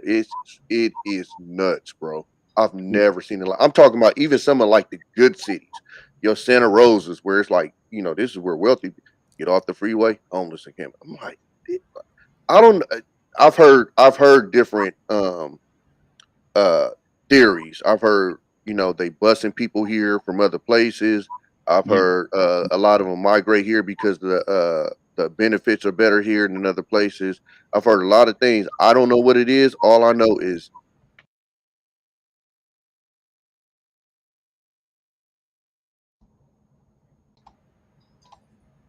uh Yeah. Sorry yeah, about it's that. uh yeah, the homeless thing out here is nuts, bro. I've never seen nothing like this And ever. that was scaring me because the homeless also can lead to burnout too. People can be like Yeah. trying to find a home and they can't find a home. They stuck outside, and it's like every day, how am I gonna Oh, eat? How am I gonna live? mind you, when I say homeless, this isn't like homeless and like a bum. I'm talking people who have jobs that come to a camper that's parked on the side of the road, and that's where they live. Like, we ain't talking about like people that's just standing outside with a sign. We're talking about people with 9 to 5s. Like, it's nuts, bro. I mean, here, this is the biggest thing though, Black David, and this is one thing that like me and my partners talked about when we was growing up. We didn't see people our age like this, homeless like that. Not saying it didn't exist, but it was usually like older folks. We're seeing people our age and younger, bro, homeless. 25, Yeah. I think 27. in New York, Like, there's damn, bro. And they got a job. Some of them do, yeah. yeah, Yeah. in New Because York. literally you can't really live in places like New York and California unless you have a roommate for the most part. Can y'all hear me real good? Y'all good? I just tested my Yeah, headphones. yeah, we can hear you. Y'all Yeah, hear me yeah. good? We hear you. Shout out Yeah, to Mark y'all. is Good another morning, vet. by the He way. can I tell didn't you mean to about interrupt that you. military burnout. Uh, yeah, don't even start on that. I know we have a limited Sorry about time that. here I'll mute myself. because it's all right. It's all right. We have limited time here. We don't make it under 2 hours because this topic is so. Burning you out. No, it's not burning me out. It's just that the fact that it's not Not, spoken on enough, Yeah, yeah, yeah, yeah. No, I agree with you. it's and Like so hearing when, now. your story right now, how yeah, people got job and living in tent. yeah, yeah. Oh, So in we got that California, in New York too. I think it's unofficially it's called Camper Alley in New York. Where? okay, We're in New York. okay. Around Brooklyn. I don't know the exact location, Oh, okay. but Yeah, it unofficially it's called Camper Alley. yeah. Yeah, And so was that always there, or that just kind of Oh, popped up? I remember now. It's a bunch of people who have these van out there and people are yeah. camping there. I Yeah, saw it on the news and I was like, when I saw it, I thought it was a joke. because They you know what? That was one of my questions. Where the hell did they get all these campers from? buy them for cheap. You could get them for cheap on eBay. Cause Really? yeah, cause look at it. Oh, okay. Like I we, know that. we know how expensive New York is getting. Yeah, These people got 9 to 5. So yeah. if you could Oh, avoid I see what you're saying. Yeah, if you could avoid paying majority of your rent, yeah. majority of your paycheck towards your rent, That's true. you live in a camper. Look how Get a much PO food you're box. saving. Yeah, Yeah, that makes sense. yeah, man. It, it's crazy that it's crazy that that's what it's come down to though. And Like I that see, is sick. and here's a joke though. I thought it was a joke. I seen YouTube video of people telling about taking these old school bus and turning into a mobile home, which is Oh cheaper yeah, for them, and yeah. it's more on the rampage now. Yeah, People cannot afford So a home, so they're taking old vehicle, either yeah, minivan or an old school bus, got in and out and build their own mobile home, and just like that, they're man. Look, I swear I gotta get a video one day in West Oakland. They got a whole. It looked like a abandoned like parking section or something, and it's just nothing but like you said, old buses, and bro, it's craziness. I've never, and I think I guess it couldn't have happened overnight, but it just seems like it happened overnight. Like it seems like you just snapped your fingers, just like where'd all these people come from? yeah. Like it's just it's man, it's hard to explain, man. Like shit, and it's this lead to my point number 4 when I say burnout. It can be mistaken for a badge of honor among men. oh, absolutely, Mm. absolutely, absolutely. And that's why I was saying when you hear some of these guys talk, I start to tell myself maybe I don't want what these dudes are talking about. They want because the hours that they putting in. I got kids, bro. Like I get it that oh, it's to take care, but my kids is fine with what I make right now. Same my city homeless jobs and big projects. because With companies ready to challenge picking up the stuff. because Yeah, I watch damn, that's all great. these other people talk about mental health, this mental health that yet I Hmm. know I get it, but burnout is more dangerous than regular mental health. Yeah. Burnout create most of these mental health issues in the first place Yeah, I was just gonna say that it creates it. Yeah, yeah. Because because I wow. think I went through a depression because of burnout. I've had high anxiety because of burnout. I give you a perfect example as far as like I said, our problem out here is traffic. You get anxiety with the traffic out here because see, so I don't know if they do this in New York, but out here what we'll do is you live like an hour outside of the bay, but you work in the bay to get that pay. Yeah. But so for me, I was cool because I work nights, so I was always the opposite way of traffic. But if you work in the days and you do that, bro, you're going to work say 8 to 10, 12 hours a day, right? Then you got like an hour and a half, 2 hour ride back because it ain't an hour no more with that traffic.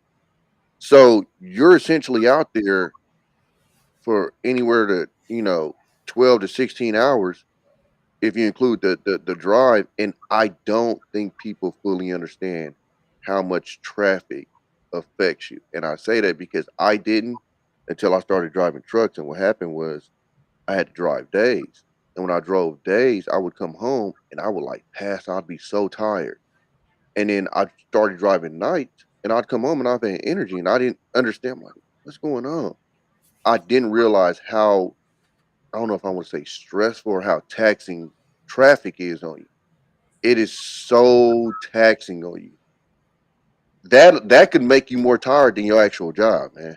Like Yeah. it is so taxing, bro. It's and I don't think people fully kind of grasp it because, like I said, I didn't grasp it until that happened to me. I said the only difference is I'm not sitting in traffic all day, and then I noticed like whenever I ended up in situations where I got stuck in traffic, when I came home, like my energy be way lower. I'm like that traffic shit is taxing on the brain, And I'm you glad you're know. saying that because when I had you today, I had Mm, Mandro, I had Candyman, I have mm, Vong. I know why he don't show his face because I understand. As a technical technician, maybe sometimes yeah, look for him and do something. I get it. got you. But when I had these people come on our channel and speak about these things, it it's now becoming something whereby even my fifth point is a burnout be taken treated as a minor issue for many years. It's been treated as if it's a minor issue for Yeah. so long that no one even cared to realize what they would be creating. You at the truck, the mom at the tech, I'm at the tech, one with the truth, and the living arrangement we have high rent that adding to this problem. Mm, Salary is not it's come back in the our living standards. yeah, People are living out of tent, yeah, living out of their cars, out of you can't not tell me all the compounding factor that you mentioned the traffic in yeah, LA, we mentioned the subway and the bus yeah, in New York City. You yeah, can't tell me it doesn't compound on top of each other to lead to burnout. Then you talk about people who don't live near the city. They work mm, in the manufacturing plant. They have to walk for hours. They can't afford a car. They yeah. walk what 5, 10 miles a day. Walk leave the house 3 o'clock in the morning. They get to work on time and walk. Mm. Like, come on, guys. You can't tell me that is not happening. Well, you know what they used to call it though is if you burnt out, they used to just call you lazy, and that's the problem. Mm, mm. That's what it was translated to. Is, oh, you just lazy. Oh, and Or the most famous quote, pull yourself up your bootstrap. yep, Like yeah, yeah, my yeah. number fifth point was actually hit it on the bullseye. Burnout is mistakenly treated as a minor issue for Hmm. many years. Yeah. Yeah, I thought about it throughout the week because I was trying to figure out like I never knew touching this topic is that serious. yeah, And yeah. Marvin and my other coworker who came on our panel last week, Hmm. they would tell you I was the worst one of them all. I was the worst one. You want to talk about who the workaholic? You would see my picture in the dictionary. Hmm. Marvin Hmm. would tell you what I do. You tell me if you were there, you think something's wrong with me. No, I feel you because I'm the same. Dude, I used to You, work 16 hours and come home and do DoorDash just Wow. because I didn't like sitting around my house and not making money. I Yeah. literally sat there and said, if I'm just sitting here, I might as well go make some money. I go do. People was looking at me like I was crazy. And mind you, at my job, I'm doing six figures, so it's not like I'm needing the money, but it's like in my brain, I'm like, okay, well, like because my kids will be with their mom. So if my kids are with their mom, I'm like, all right, I'm just sitting in the house. Might as well just go make some money. So I go out there and just whatever I put that money into a whole different account, just let it stack up. Yeah. But yeah, it's just like for me, that's how my brain operates. It's to maximize. So for me, I have to control that. Like Blake David, if I didn't have kids right now, literally, what you saying is what I'd be right now. Like I'd be running 24/7, just banking bread. Mm. Because that's just that. Because I mean, that's what slowed me down with the video games. I used to play video games a lot, and then I'm like, I start counting up that. I'm like, doing all of this shit, I ain't making no money. And then stuff like DoorDash and stuff came out, Amazon Prime and stuff like that. I mean, not Amazon Prime, but I was but delivering for but all of think that about stuff, it. man. Everybody in this country is either working themselves to the ground, trying to Yeah, find the means to make money. Now, if that don't work, YouTube is saturated with about a YouTube content creator. Everybody trying to yeah, make money off YouTube. yeah, If it's not on YouTube or Instagram, if it's not on Instagram, people want to OnlyFans. If it's not on, like everybody trying to make and meet yeah. any way possible. Yeah. This Well, I lead think, to this lead to point number six when I said it, and we talked about it on our first episode, not uploaded yet. The American workplace is the main creator of burnout. oh yeah, absolutely, 100%, 100%. Unless you are the 1% who creating the job, you don't have to do all you just hire people to burn themselves out to the ground. But even them, though, that's what I'm saying. Even them, to get where they got, when you start hearing some of their stories and hear how they work, you're like, God damn. Like I tell a lot of people, man, like when you see these guys in the NBA and the NFL and stuff, and people just act like they just got there. If you literally like really listen to their stories, Yeah. these dudes were maniacs, man. It's the dude from my hood, Dame Lillard. He came from my hood. I ain't know him because he was way younger than me, but I listened to some of the cats that grew up with him in my hood. Bro didn't go nowhere without a basketball. Everywhere with a basketball. Everywhere. And Everywhere. people don't understand the amount of obsession that forget him because he's a star. I'm talking about the last person on the bench puts in just to sit on the bench. It's like so to even make it to that 1% status, a lot of these people, have reached burnout and more. That's why I said with the rappers, just having the seizures and stuff because they just go, go, go, go, go, and then they even had like the little slogan, "Sleep is the cousin of death," and all of this stuff. Just every because it's been a movement for a while now that's been pretty dangerous about this sleep thing. They had the video with Steve Harvey saying, oh, da da da about sleep and stuff. And it's Yeah. like, nah, bro, sleep is important. Sleep is You know, important. I get what they're saying, but sleep is important, bro. Kanye West is lucky to still be here, bro.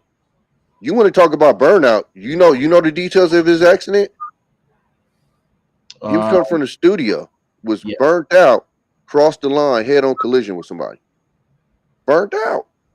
But that's what I'm telling you. That's how the 1% gets there, though, man. They burning out. And see, that's why I don't like to talk about celebrities too much.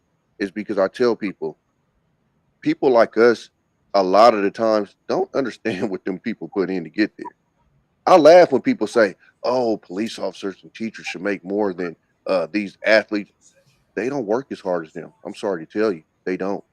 And I get it. I get it. Like it's just that fact. Military too. I was in the military. Sorry, we don't work as hard as them motherfuckers. You know, Staying in shape, Some tip top some shape some like just be that. fucking lazy as shit. Hey man. and Mandrell, who the former Some are special really waiting forces, just to wait. There's a reason why they say waiting just to wait. Hmm.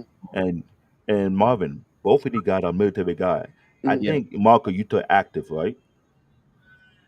No, Are you but I took work active for in? Uncle Sam. But I work Uncle Sam, but south of the border. by Mexico. That's why I live So I get why about you an can hour do away some on from the camera border. because you don't.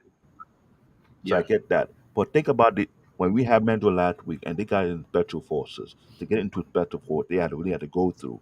Yeah, And I just hearing the story, yeah, if one thing you didn't join the military, you can go to the next level to get that type of money and that promotion and accolade. And yeah, and after special force, it's Delta Force. You yeah, think special force that bad? Everybody on the military trying to get into Delta Force. And what they got to go to get into Mhm. Delta Force depend what you done down there. If you a special force, you jump in. If you the Navy SEAL, you jump in. If you not joining Navy SEAL, you got to go through all that chaos for how long? 2 years? man, that If I'm shit, correct, that when Navy I'm SEAL saying? shit crazy. That Navy SEAL Yeah, shit, no, like that's. I had a. I'll go for it, bro. Oh no, go ahead, go ahead, you got No, it. I was just Go gonna. ahead.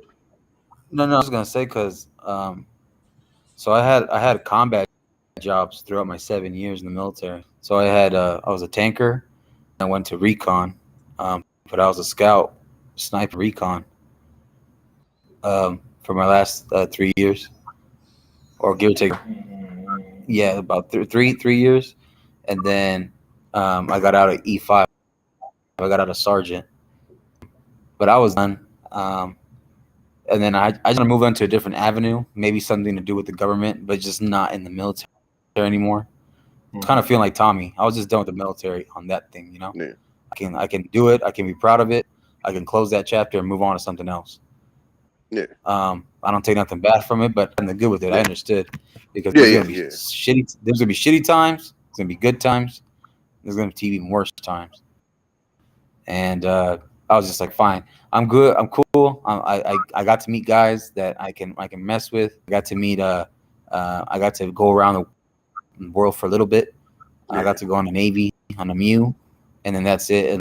And a couple states in the East Coast. I was in the East Coast for a bit, and then usually in the West Coast. Mm. That was it. And then after that, I went. I started looking into south of the border jobs, just because one of my cousins was a border patrol, and then he went to become a special agent. Oh, But the thing about border patrol and customs, they are two of the highest levels of corruption, extortion, and I'm glad I was thinking about going there racketeering. too. I'm glad I didn't. Uh, No, you What? you could you can still go. You make a Racketeering? lot of money over there. no, I Yeah, know, but just racketeering. man, Go for it. Yeah, no, and then the highest corruption is jail cops or prison officers. oh yeah, yeah, There's no shade to yeah. the bad, like there's no shade to the good ones, but there's bad ones in there. Feel me? No, we know that. That's how the drugs get in. And hearing from you guys from the But military it's who transition, sorry about that, but hearing from you guys from the military who transition from the military to these type of jobs, either Tommy went to truck driver, you went to government job, who's no different from Mandro. Mandro worked for DOD, and now Mandro is lax, and he tell me how he had to take med to fall asleep. Oh yeah, yeah. no, oh no. For me, it was different, bro.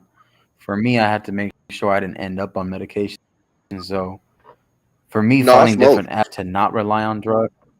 Yeah, that's fine, bro. Yeah, I smoke. I don't count weed as I don't count weed Yeah, yeah. as No, an that's what I'm addict. saying. Yeah, that's I because I'm the same Yeah, way. I don't do pills like that. So hell no.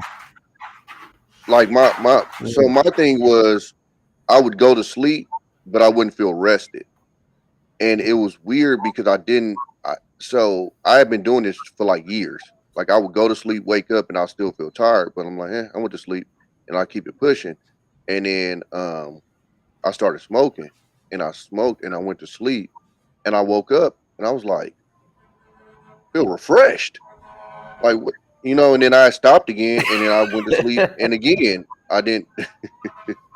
Uh, I uh, I did it Yeah. again, and I woke up, and I didn't feel rested. I'm like, wow, this is crazy. So hmm yeah, I literally, I ain't gonna say I have to, but I damn near have to smoke to get a good night's rest. And I'll be For honest me, with you for though, me, I you gotta, I guys are making. gotta. No, I'm, Go ahead, okay, go I'm ahead. sorry. Go for it, man. For No, I'm saying me, listen to you my guys. issue. Sorry, I apologize. Go ahead, Mark. It's my fault. It's my fault. No, I think it's mine. I don't know if it's me, bro. My laptop, I think, is lagging. But Yeah, for you my got a little bit issue of delay. was, yeah, my issue was, I like to be an adrenaline junkie sometimes. That's my Uh, issue. I like the excitement. Uh, just because they make that stereotype of Marines being a little, BS crazy, a little batshit crazy, Mm-hmm. and a little wild sometimes. But that's because for me, I could be chill at home, but every now and then I gotta catch like a wild ride. You know what I'm saying? Tommy, you take a ride out on the cruise on your bike. I do it hmm differently with my certain job that I have in Mexico. So it's good and bad. Like I got my tense moments, but I gotta make sure I try to find a balance in it where it's like it's still meaningful. You know? So like it pays good, but it don't greatest, but it pays good to pay the bills to get what I have. Yeah. I got a home, I got a place back in Cali, Southern Cali, and close to the border. But I commute from my job, or I stay over where I got my family in Mexico. So and Bro, Guadalajara, I Tijuana, like literally just had a conversation with somebody last night that told me, and I never knew this, that there's people who work on this side of the border and then go live in Mexico. Literally just last night, yep. I said, wait, that's the smartest shit I've ever heard in my life. You would live like a hmm fucking king in Mexico. And TJ, Yep. I'm talking gated community, Bro, bro. you could be you 100K, you're in a gated community, fat ass house, oh, that's easy. That's and easy though. That's easy TJ is like because what, 10 minutes away from San Diego?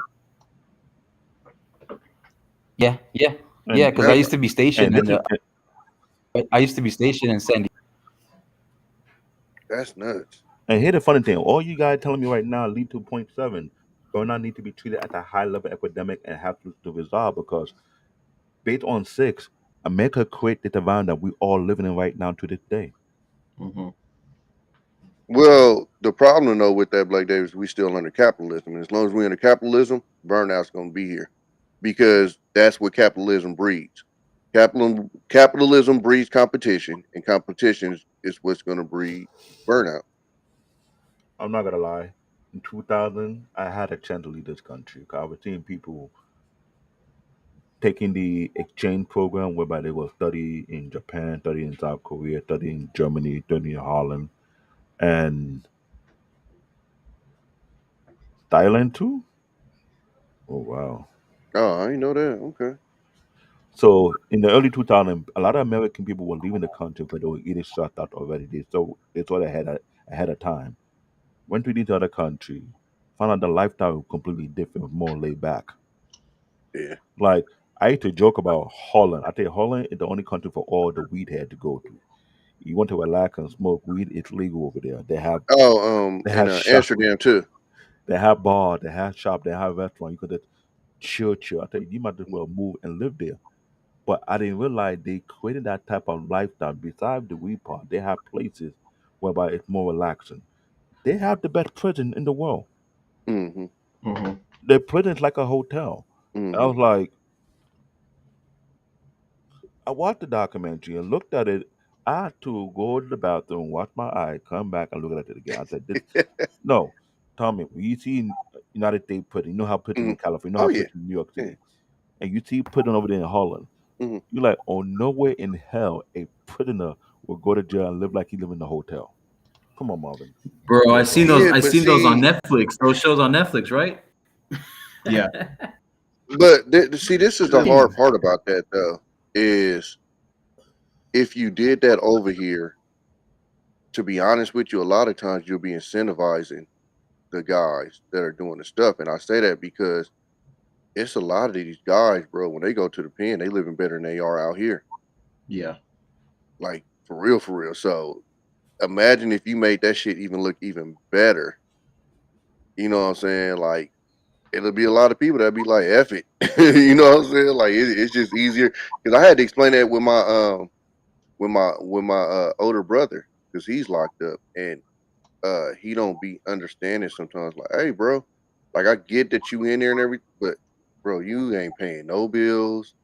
You know, like you don't have that stress that we have living this day to day life. You know what I'm saying? And so yeah, I can imagine if you put them in a better, like you said, hotel style prison, maybe a lot of people that just live there. And here this, True. I strolled through the YouTube street for the past 2 years. I'm seeing video of people who decide to say, screw this urban life. I'm gonna move to the wilderness Oh and yeah, live off the grid. People are yeah. building homes in the mountainous area, Hmm. living like mountaineer and living the peaceful life. And I'm scratching my head. I'm looking across YouTube. I haven't seen that one black group of people done that. I'm like, no, I'm not trying to. I'm not bashing us. I'm sorry, every guy who watches. I'm not bashing us. What I'm trying to say is, these folk out our own ethnic group are finding a way to combat burnout, to Hmm. have the type of sequential lifestyle, which just they drain all that man that we're dealing with on the day. You know what? Y'all can have it. I'll stick with the mountain. I'll learn to adjust myself, and Yeah. they're living good, good. And I'm scratching my head. I think first and foremost. I don't. It's cool, but I don't think there's enough space for us to move out in the mountain place. I mean, there is space. I mean, there's a family that I've seen, a black family that live out of a camper. I've seen that. But if you look back at what it's like to live in a city, you're not going to learn how to prepare your own meals when you live in the Yeah. city. That's Yeah. rare. The average person who knows how to cook, that's not It's even. already prepared meat. You ain't going out to get it yourself. Yeah, Yeah. yeah. So when you're talking about black people moving out to the mountains, yeah, we could do it, but we got to know how to prepare our own meals. We And got that to know how to and that's just farm. my that's the point I'm trying to point out. Yeah, The average person who has survival skill is 1 out of 10, yeah. unless you're from Africa. Well, And I don't you, know though, no, let cause me tell you what. Let me tell you why I say that. A lot of uh, people in Africa, that's still what brought up into them from day no, one, absolutely. Yeah. to the point whereby you have a blackout, you know what exactly what to do. Hmm. You have either you built your own stone cement stove. Some Yeah. people make their own stove out of either clay, Yeah. I've seen no that. matter what Yeah. it is, and it's done in Africa as well. Yeah. So when that time comes, you don't have the money. Okay, Yeah. that's fine. We could do it our way, and it work. Either use wood or use kerosene. There's Yeah. many way around it. Yeah. So it became a normal thing over there. So when you come over here and you work in the city and you're tired of it, you want to go to the mountain. It's easy for them. Just transition. They Yeah. have to forget. I'm not gonna lie to you. It got to one point. I don't mind watching clothes with my bare hand. At one point, Yeah. at a point in my life, I know some people look at me like a weirdo. I think, yeah, I'll take my jeans. It's the I don't know same thing. why. It kind of relaxing. It's like saying, Oh, okay. Yeah. now if I were to live in the mountain, Hmm. I won't have no problem. The only problem I have, I don't like blood, so I'm not gonna be killing no animals. I'll be a, I'll be a vegetarian straight up. Yeah. I can't deal with blood, so I'm sorry. You can call me a punk all you want, but me and blood, we don't relate. Man, I listen, My bad, I got man. I'm a carnivore, so I gotta chop some goat or yeah, something. I was somebody just put a goddamn video up on my Instagram of somebody getting their nail ripped off. Man, that shit gave me the EBGBs. I feel you like that. I mean, okay. if I had to, snap somebody. But I'm just saying that ain't. I'd rather not see it. So you get where I'm coming from. If I'm living in the Yeah, mountain, I'm gonna have a farm growing fruit and vegetables. I'm not killing no animals. I'm sorry. but I think we do. So like with us being from the city, I don't think we understand how many uh black people out here are actually like when you like I go to Texas, I got friends that they go hunt. They go hunt. They what do you call that? I don't even know the goddamn word. When they take the fur off, damn, Oh, why I can't think of the skin it, and skin everything. it. Yeah, When they they skin skin it, it, cook it, and all that. So it's with us being from the city, we don't see that because I don't know nobody in Oakland like that or nothing like that. But when I got stationed in Texas, I started seeing that like they start offering me Venice. What's that shit called? Venison, deer Oh, meat. yeah. I'm looking at them like, I eat deer meat, and they actually go out and hunt that shit. So And that's literally to do with burnout. y'all ever eat elk? Have you ever tried elk? No, I haven't had it. Joe Rogan talks about it all the time, like it's the greatest shit in the world. I've never had it. Bro, that shit has so much protein in it, and it Oh, tastes really? good too. Yeah, that's But what it, Joe Rogan be saying. I ain't never had that. But you see try it what we're though. talking about right now, because Mm. some people have outlet to deal with the type of burn, and that what helped them deal with burnout. Oh yeah, absolutely. The majority Fishing, of people hunting. they don't Yeah, have that. Yeah. yeah. They don't. Like And have Marcus you said, I'll hop on my bike, man, and ride up the coast, man. That shit is so relaxing, bro. I'm so Facts. serious. as we Highway talk, one, you only went to man. the two Bro. hour come out, and we talk about some of the outlet we use. Now Mm. let's do the ratio of how many people can leave this city and do such a thing. Yeah, that's rare. Oh damn. That's a small number right there. Because Cars, stunting on you, Black David. Huh? I said, cars stunting on you. You say, these honey tones, venison cookie. He said, they I go eat to He's meat over hunting the there. he hunted the whole forest. hey, here's the He funny. said, He's they in being Canada. carnivores over there. He's in Canada. I'm a Canadian born. If I were to go back out there and live out there in the forest, I was like, you know what? I'll eat the fruit and berry. You can eat the animals. You can eat Or the- you know what? Hey, You hey. handle the fruits and veggies. He handle the animals, and y'all got a good trade right there. Just I slide me the wanted to meat. I wanted to touch up on what Tommy was saying about up in the Bay, because me growing up in San Jose and then visiting San Fran on like every other weekend, my parents used to, And if they would save that's up the money, Silicon we would Valley, by go. the way. San Jose. That's Silicon Valley. Yeah, but like we didn't live in the nice part. We lived more like in the, because my dad, he was an illegal immigrant and he would run a landscaping construction business. So we would live in the apartments. I was grateful for what we had. I'm not complaining. I'm grateful for what we had. Everything we had, enough to live. That's all. That's all that matters, right? Hmm. Just as long as you have a roof over your head, food, and clothes on your back, you're good. But we were living through the apartments because having a house down there, even back then, was still pretty pricey, Man. bro. Back then, I'm talking like 15, 20 years ago. I know. And the I know. last oh, time, the last time I time visited out. San Jose was, Time out. That was 15, 20 years still pricey then and still Yeah. pricey now. oh, it got even So higher now. let me tell you how bad San Jose is. Just like what y'all was talking about. I delivered some gas out there, and directly across the street from the station I was delivering from was an apartment complex. Literally just a regular, nothing special, regular apartment complex, 2 bedroom, 2500. I'm talking. It wasn't I, luxury. It wasn't gated. It didn't have no beautiful landscaping. Regular asshole apartment, twenty sounds like a five run. hundred, 2 bedroom. That's what we. I think that's what we No, used to live. I got something better for you. About 2 blocks away from me, there's an apartment building out there that be having. I can't even call it rat problem. I can't even call it rodent problem. I say they had splinter problem. Oh shit. There's a level to it. We have mice to rat, rat to rodent, rodent to splinter. Anton Daniel showed a picture that somebody texted him. I know you're laughing. Anton Daniel on his live broadcast showed a picture to one text him. To one caught a 4 foot rat. Oh Four, yeah. 4 feet. Those are A not rat. freaking rats. Those are capybaras. Those are in the zoo channel. No, but that's not a rat. That's splinters. They If you need to be have if paying you have rent. if you have rodent as Maybe big as a cat, teaching you martial arts. you have rodent as big as a cat. All of a sudden now, Yeah, really? that's crazy. shit. And these people have rodent problem in a 2 bedroom apartment that is like 2250, 3 bedroom 25, almost 3,000. But you have rodent problem. You haven't even fixed the problem yet, and you busting price for real, man. I'm sorry.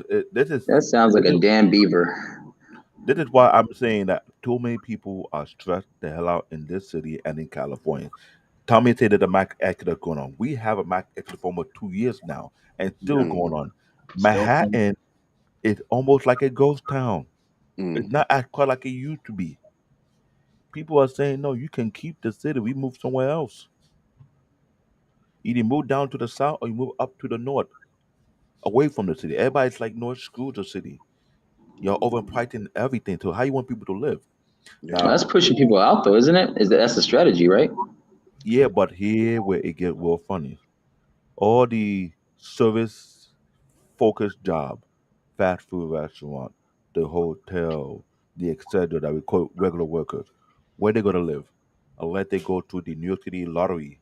and get the rent control apartment building, that if the price is locked to that price, then you're good. If it's not locked, at time progresses, you have to keep paying for that. But that even that's a long list. I know people who've been on that list for like 2, 3 years now. 4 years, Four almost years, 5 years, and they can't get a place yet. still can't get a place. So I remember one time in the Bronx, they were doing illegal sanctioning of people's houses, yeah, or they take one apartment and quit into two different outlets and illegally rent it out. Then they one area they had the makeshift apartment that it don't look like no apartment, look like a hunt and modernized hunt. We'll talk. hmm All these things right now that I combine to our daily live way of living, our work environment, our home environment. It's so compounded to the point whereby unless you're not living until you're off the grid, you're literally going to a burnout on a daily basis.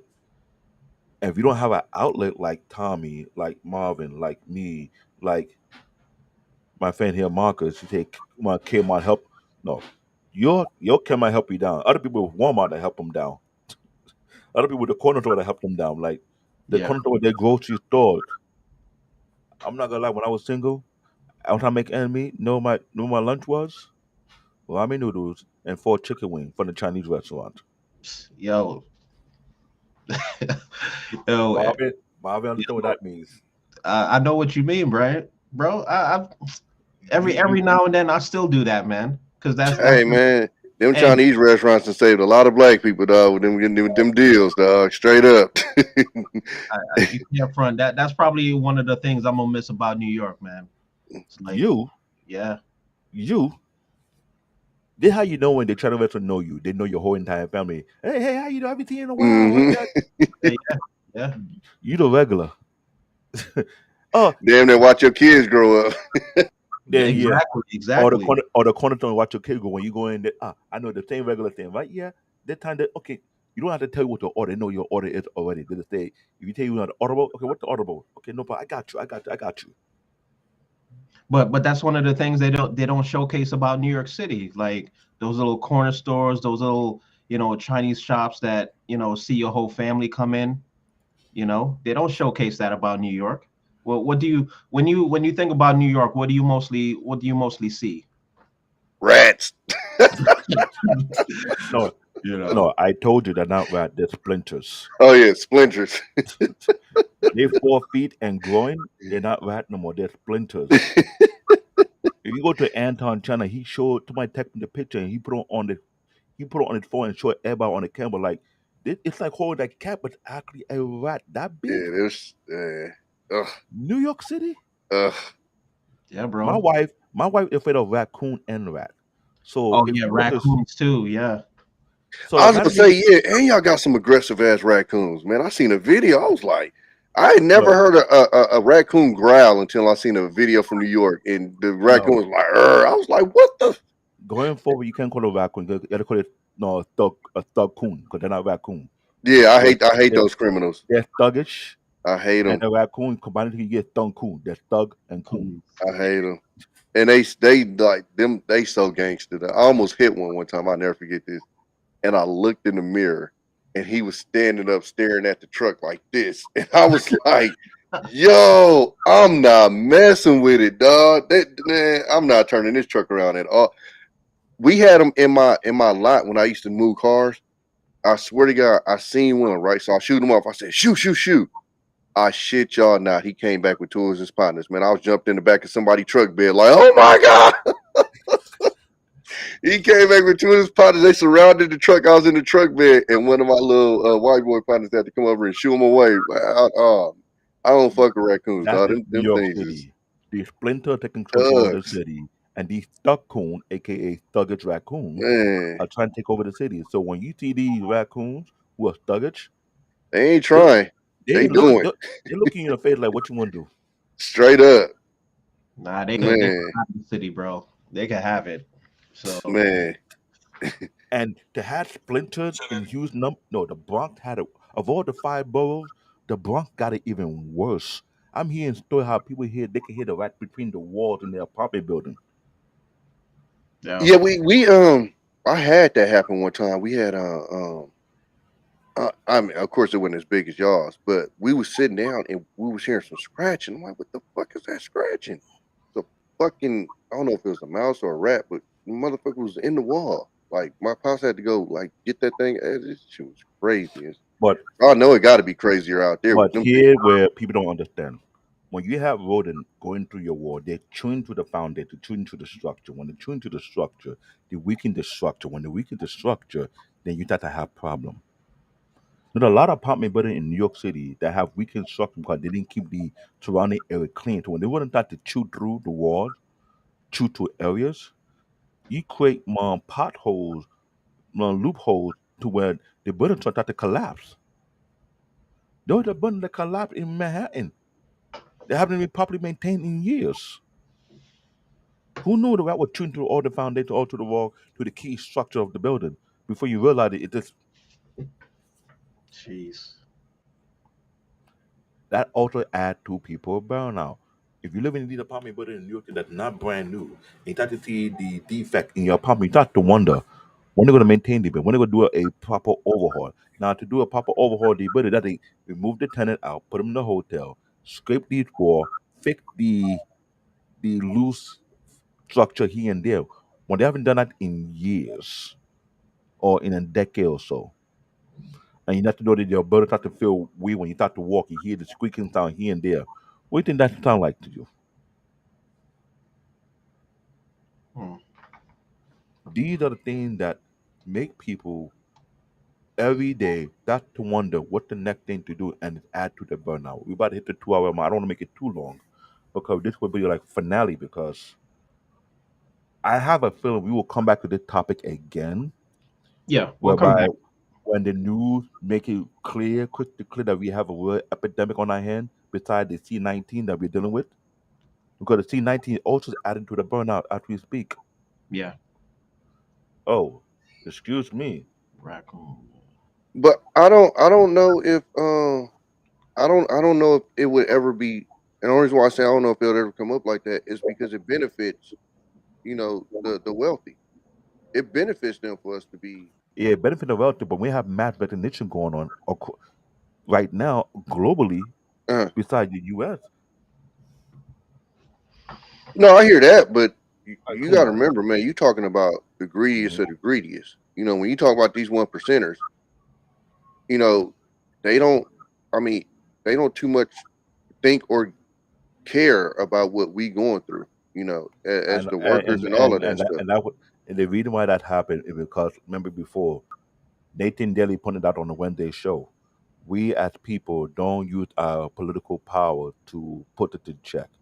He mentioned something that was totally clear. He said the Joy Flow Policing Act was never going to work on a federal level because it only can work on the state level. Mm. In other words, we as people, we're not doing our own personal job to make sure we implement that in our own state, in every other state. So when he brought it down how it works out, the federal government don't control the police. It's a state government. Hmm. The policing act will be put on a state level, not on the federal level. So when we don't do what we supposed to do as citizens of our country, they will lobby with the corporation to continue to compound on our living arrangement.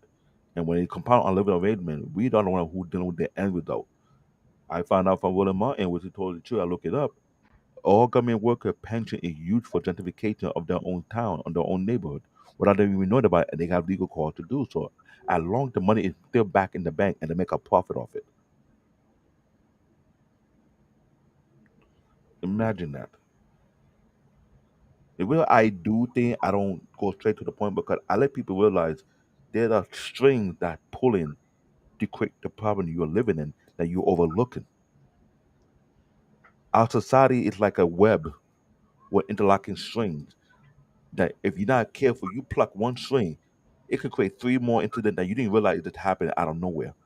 And you try to figure out where this coming from. That's why I'm talking to a passionate about burnout because for me and you, Tommy, you and I are the same way. We are men who are fathers who will go above and beyond for our kids and our family and our children. we could care less of the repercussion. We will deal with that repercussion later when it comes. But that's not good. Mhm. And Yeah, multiply that number by the million of fathers who are doing the same exact thing. yeah, And same go to the mother like Jenny. Jenny talked about how she had to go when she had a burnout. She had to ask the kid for a timeout. Now, Tommy, you and I know in the black community, it's not so easy to ask the kid for a timeout. yeah, yeah. The kid look at you, eh, Mm-hmm. I you know what I'm saying, Marvin? I know you have relatives who have kids whereby they about to snap, and you can see it on their face. About to Well, choke the kid out. Jenny's a military wife, so Jenny knows about burnout. When he got to go overseas or whatever, and she there with the kids by herself, definitely burnout. And then worrying about him and dealing with the kids and like 100% burnout.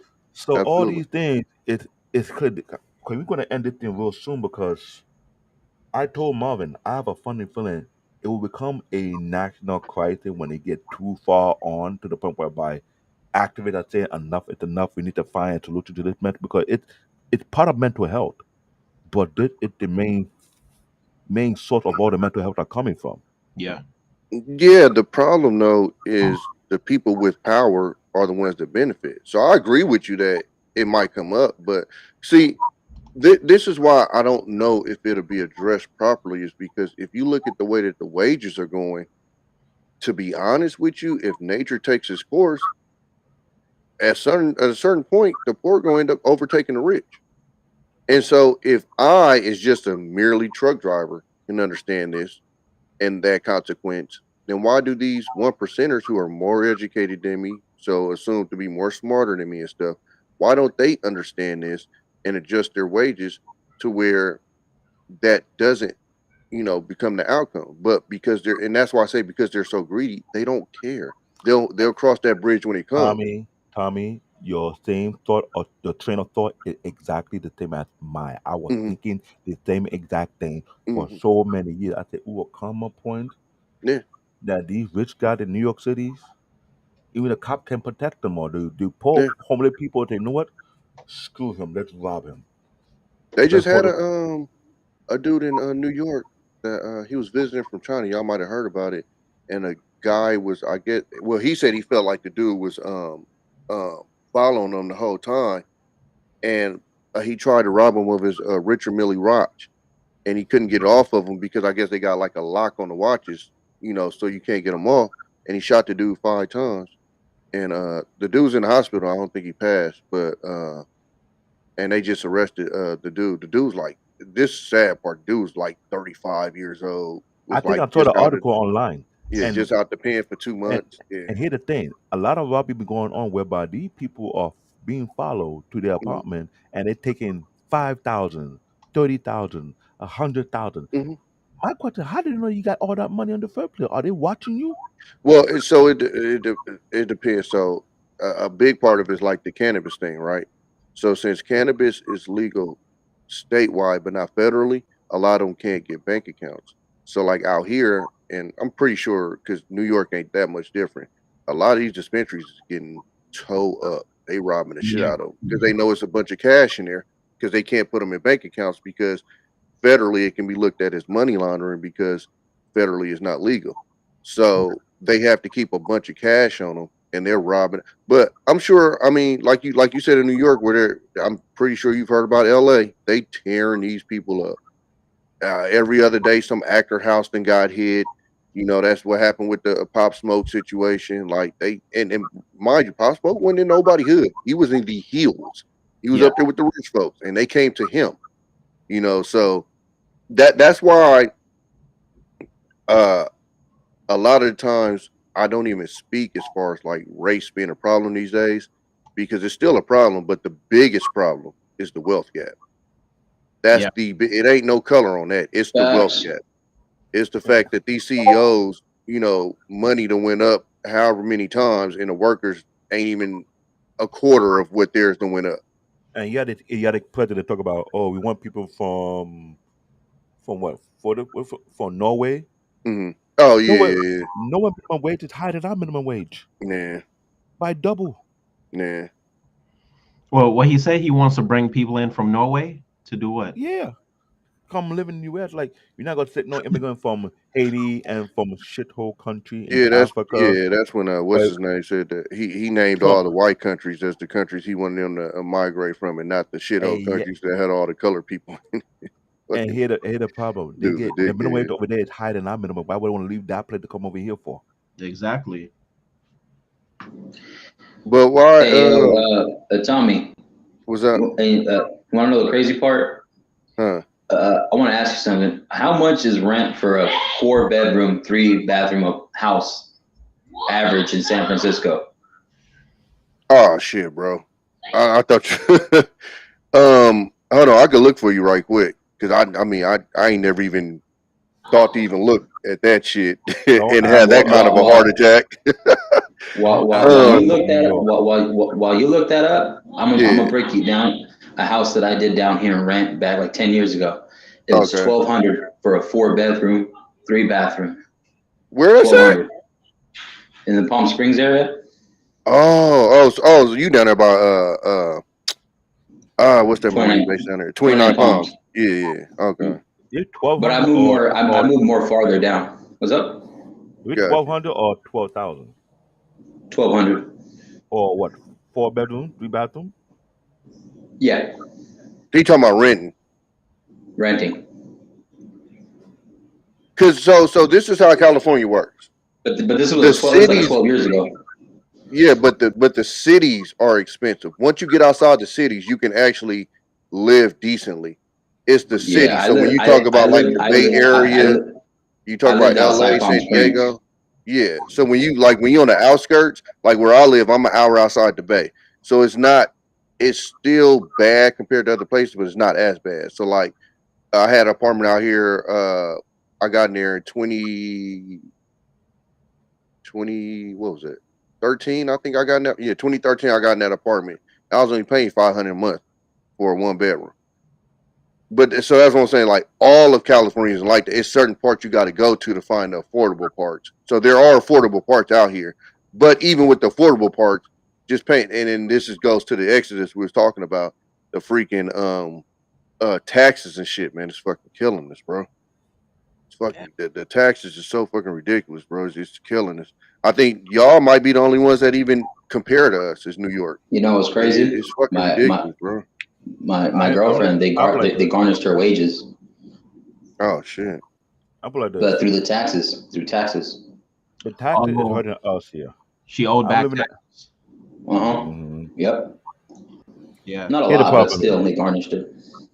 you paying for a 2 bedroom apartment out here with rent control. It's about 1,200 or so. Then you have to talk about the light, then the gas. We're not paying for water. Then you talk about the cable bill because you have kids and then what, and we had to cut that down sooner or later. Then groceries. The grocery cost have went up. Now, when you buy grocery for a family of four or more, amount of grocery you have to buy almost every other day, it compound upon itself. Real talk.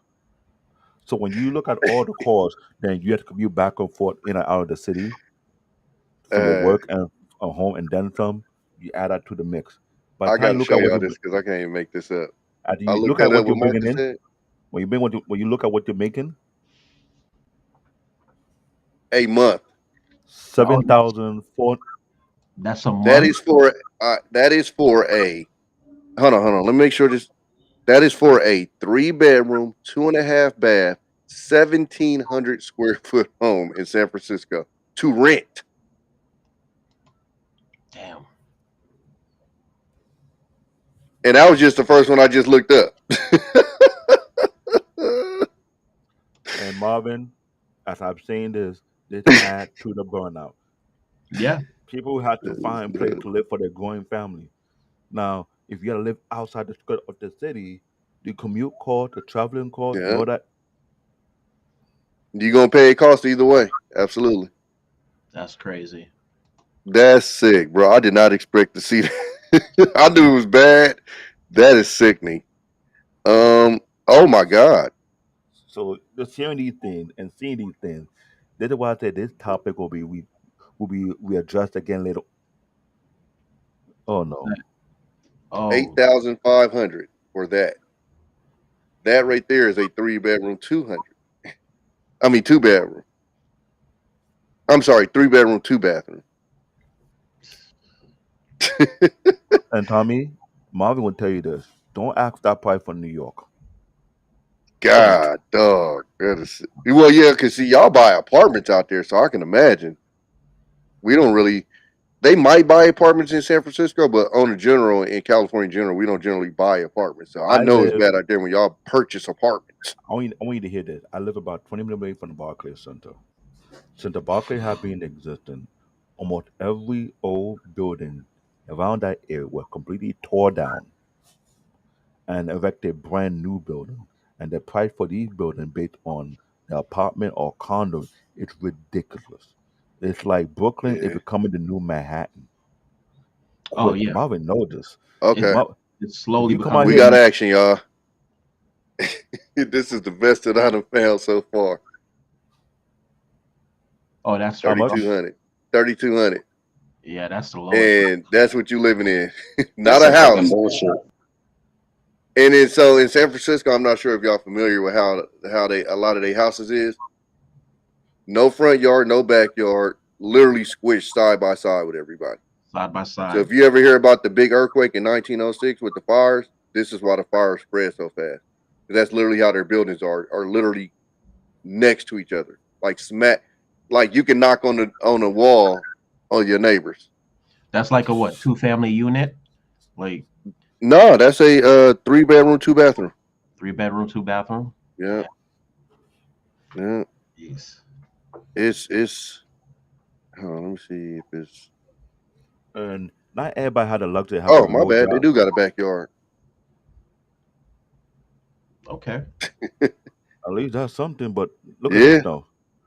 Not everybody had the Sheesh. luxury to have a complete remotely job. You can work from home Oh remotely. You yeah, don't have to go exactly. anywhere. Yeah. So this Damn, is that's why a. I'm having this conversation with my partner here, Marvin, because him and I already made up our mind. We need to leave New York. Real Yeah. talk. Man. Yeah. I made up my mind. I need to leave California. I just got kids. Listen, if I didn't have my kids, I promise you I wouldn't be here. I'd Yeah, be in but Houston, he will make it Texas work for somewhere. me. I'm a granddad, and I'm not saying I'm a punk, but I love my grandkids. Oh no, y'all always punks for the grandkids. Straight up. Man, hush, okay? I'm not a Listen, punk.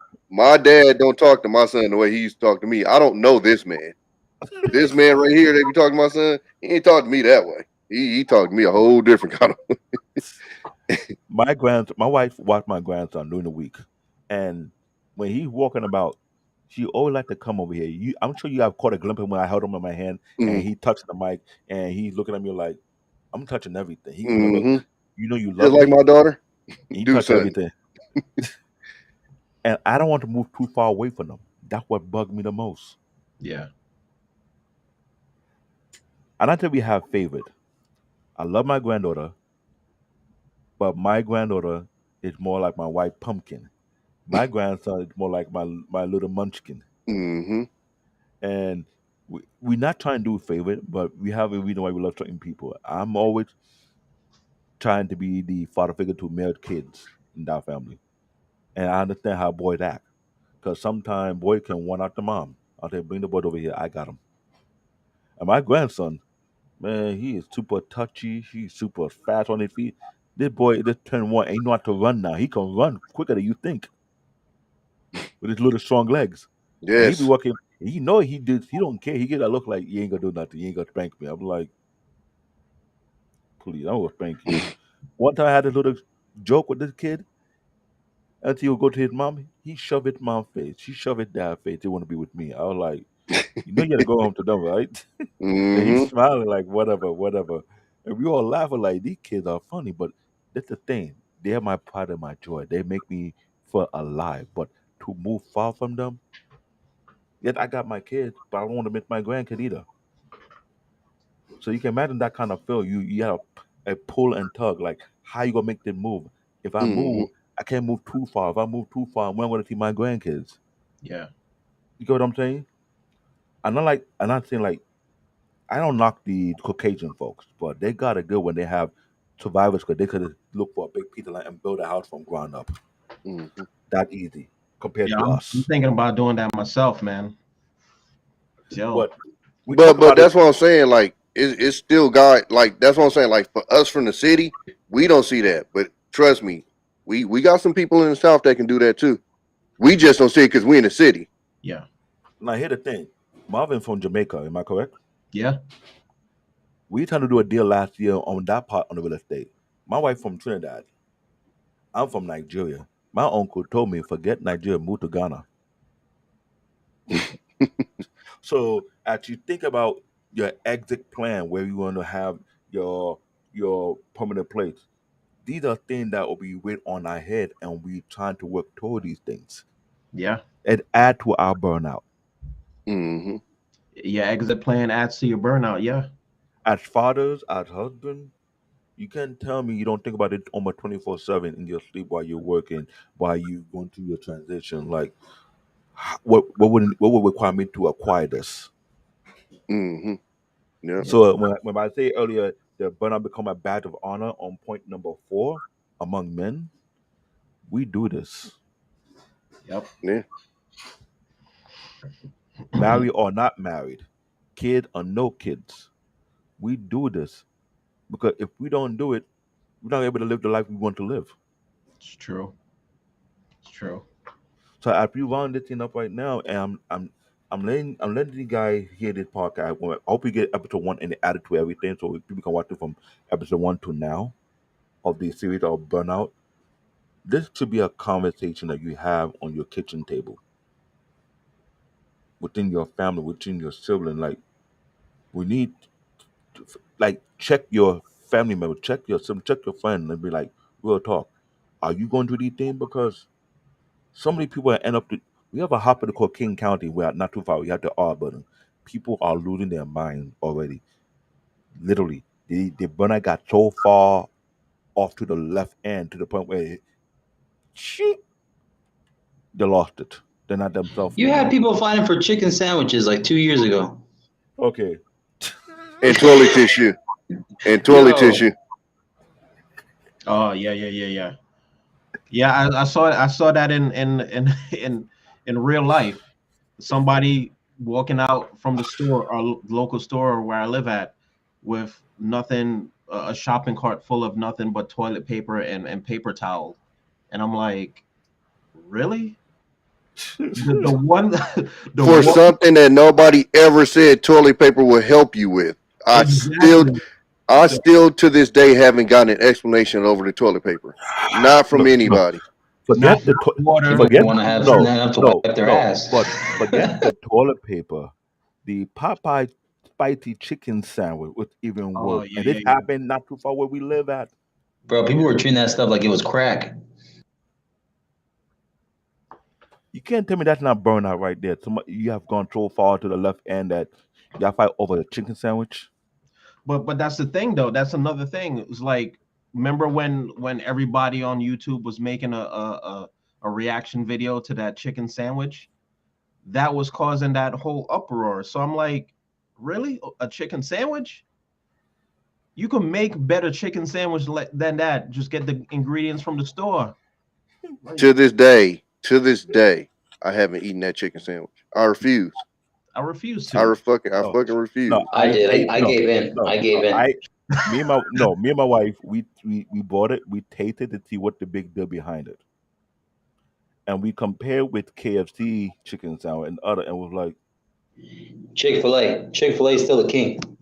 Chick-fil-A is better than this thing. But why people cannot talk over Popeye chicken sandwich, Popeye's chicken sandwich. not No. KFC? Man, that was all internet, bro. That was all internet hype. And they made so much money off of that shit. Another mark in our Black history. Chicken black sandwich. and brown, black and brown history. We fought over chicken sandwich. Hey, nah. That's American history, bro, because there was some white folks on that shit too. It was some white folks out there too. I didn't know about Yeah, our that history shit like was that. ridiculous, bro. I just didn't understand it.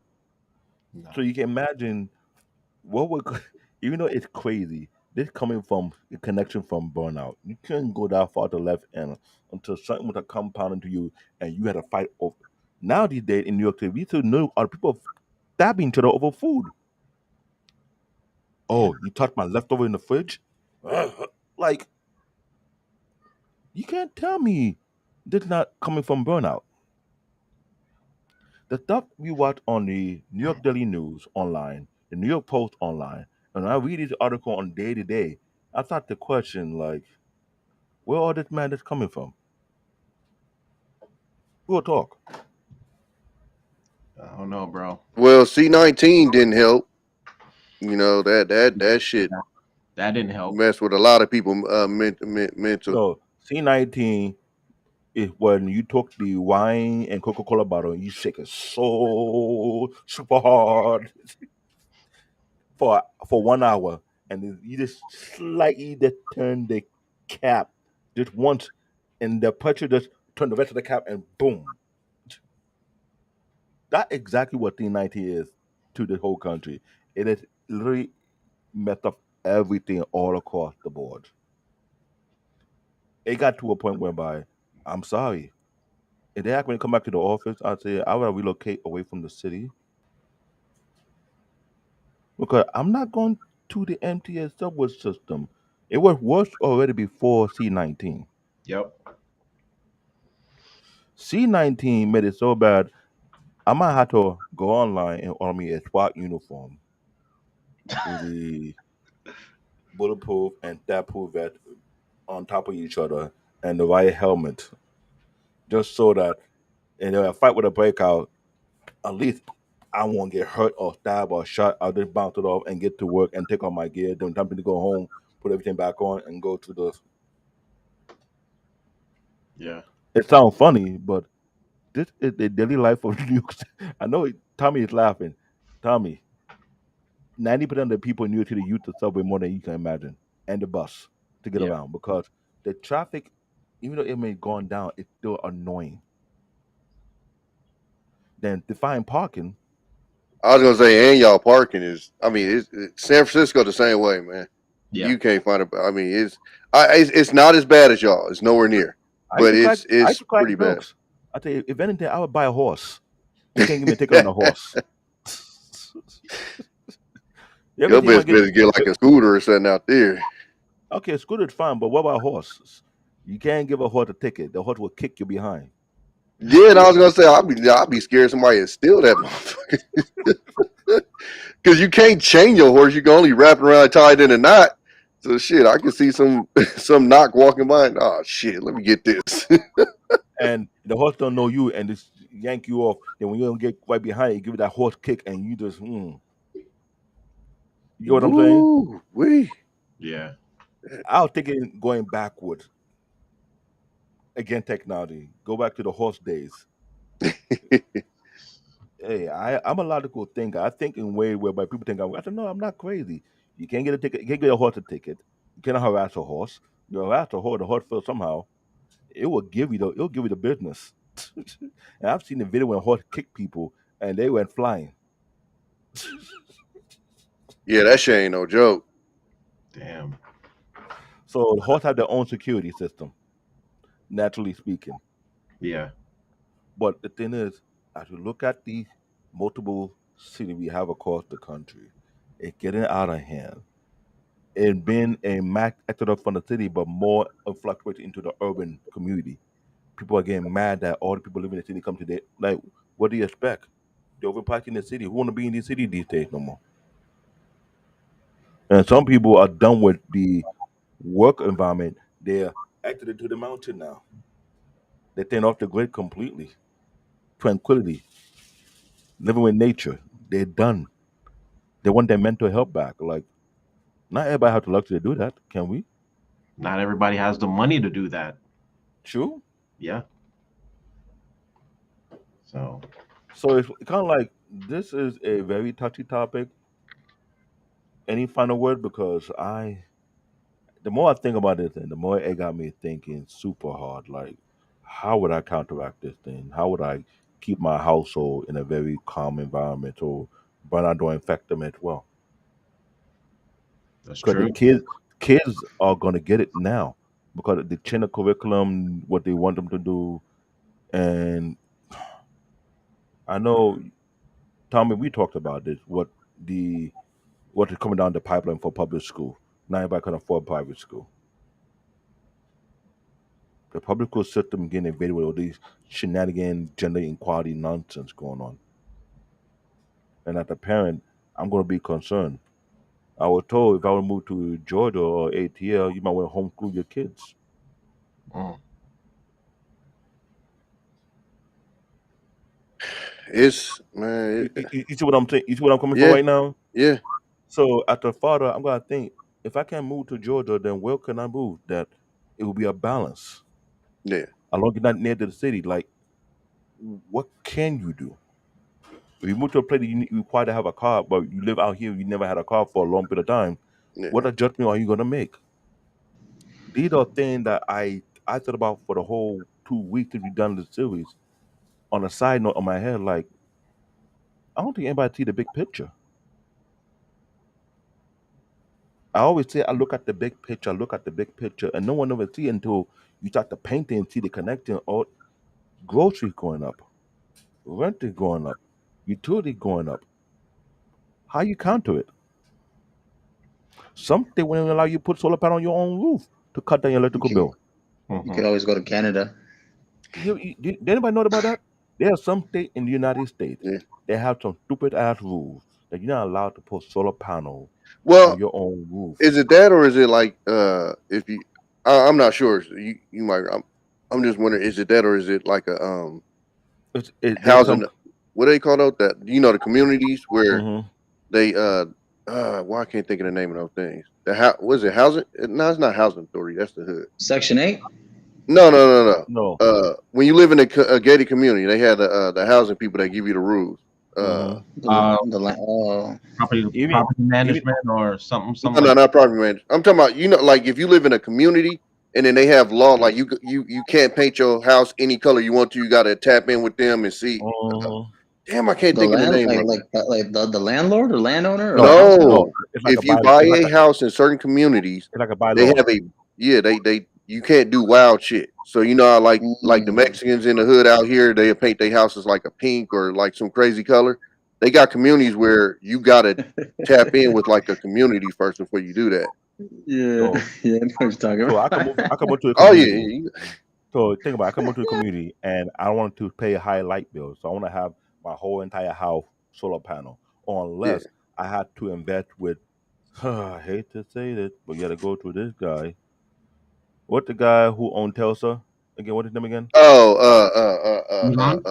Elon Elon Musk. Musk? Yeah, Elon Musk. yeah. He created a tile that's actually a solar panel, a roof tile. Oh yeah, So yeah. to mask it, I might have to purchase his roof tile and have it set up whereby you won't know the difference unless they're educated on that. Because you put regular solar panel on top of His his roof. electric bill must be cheap. I hope so, but think about it. You can't put solar panel on your roof because, like you say, you gotta go to the community and let them know. I want to put solar panel on my roof Housing because Association. That's that's what it's actually called. associated like that. I Well, want to. Yeah. man, he's I Elon Musk. He can do whatever he wants.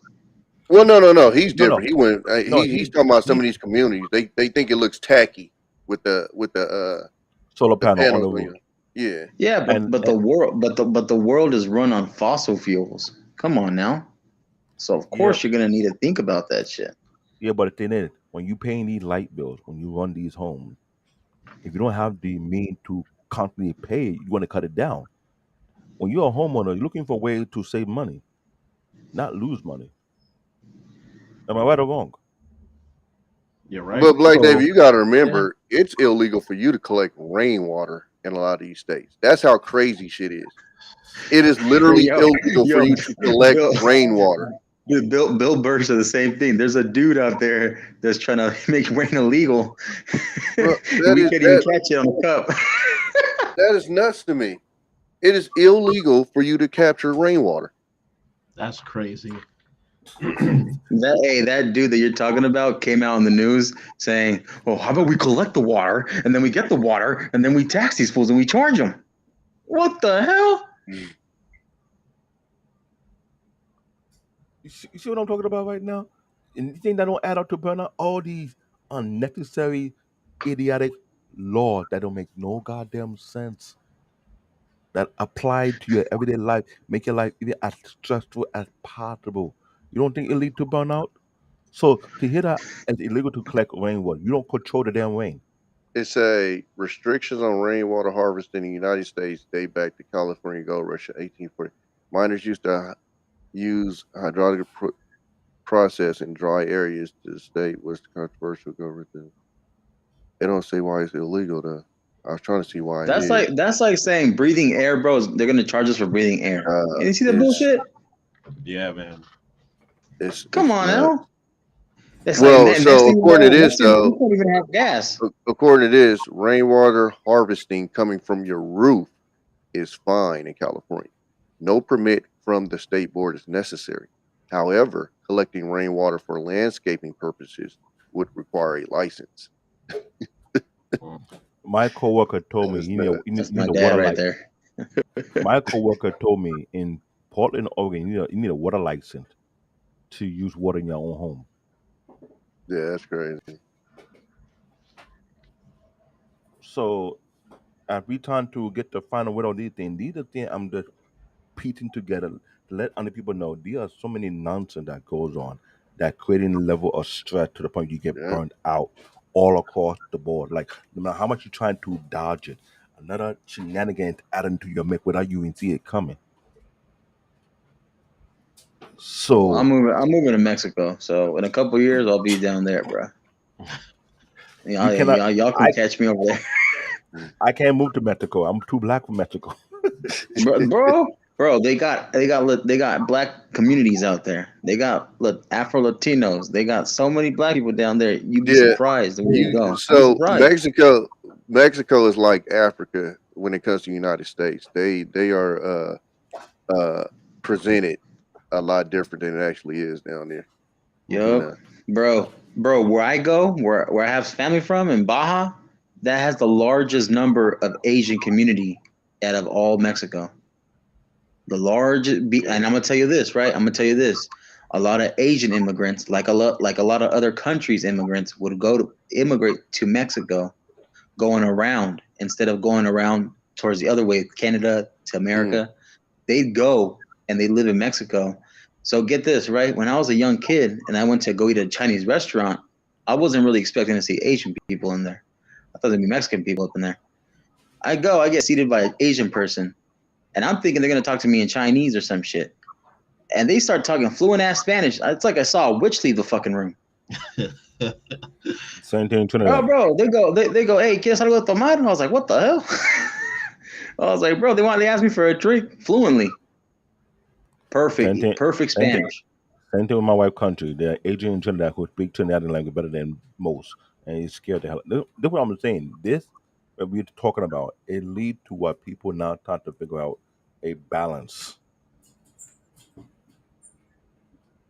These are many factors that it when you're not paying attention to it, it creep up on you, and you're trying to figure out how you got about in this situation. From your living arrangement, from your work arrangement, from your financial arrangement, from your social arrangement. All these things factor in. And when we're not Where looking at it we that at? way, Take a shower? so Marvin, Tommy, final word, because as we having this conversation, as we're talking about it, I'm trying to move. So now I had to see things in a much different limelight whereby how I'm gonna make that move. What will fit my I what will don't know. fit I'm my thinking about it. sorry, what will fit my benefit because I'm sure Marvin, you want to move, but where you want to move to, you got to think about what will help you. Oh, we Um, supposed to dress up? I ain't know that. I'm a lower his Oh mic. shit. Yeah, lower the mic a bit. Sorry about that. Um, Because You good, bro? I'm just looking at it like this, man. Like I said, I think the ultimate goal for me is, I mean, I know we talked about this a little bit, living off the grid or whatever, but I think my ultimate goal is like I gotta start planning, you know, put some more effort into that exit plan. Because leaving New York is definitely the goal for me. And where I land after New York, I gotta make it work for me. So it's better to yeah, true. Yeah. I always wanted to visit New York. I never got a chance to, man. I had people I was Mm, stationed with. Yeah. They were a lot of them were Puerto Rican or they were some white, but not many black people that I got to meet in the military that were from New York. I got to meet a lot of people from different cultures from different places, but the people that I got to meet from New York that were from there were either Puerto Rican or white. But they love the city. They say that's the city to be. That's like the city that they call that never sleeps. Uh-huh. And you got hungry people, hungry working people over there, man. Hustle. Yeah. and that's the problem. They need to be afraid out here. You live in New York City. If you can survive in New York, you can survive anywhere. True. Sometimes you have to have the joke. You got to work like a Jamaican. Why do people say work like a Jamaican? Jamaican work like 2 or 3 jobs, but not a Jamaican doing it. Asian are doing it. Mexican people doing it. African people are doing it. People from different ethnic groups working 2 or 3 jobs. But you always say work like a Jamaican. Act afraid because Jamaican first start that type of lifestyle whereby they gotta work 2 or 3 jobs to make ends meet. And everybody doing the same exact thing across the board, no matter what ethnic group you're a part of.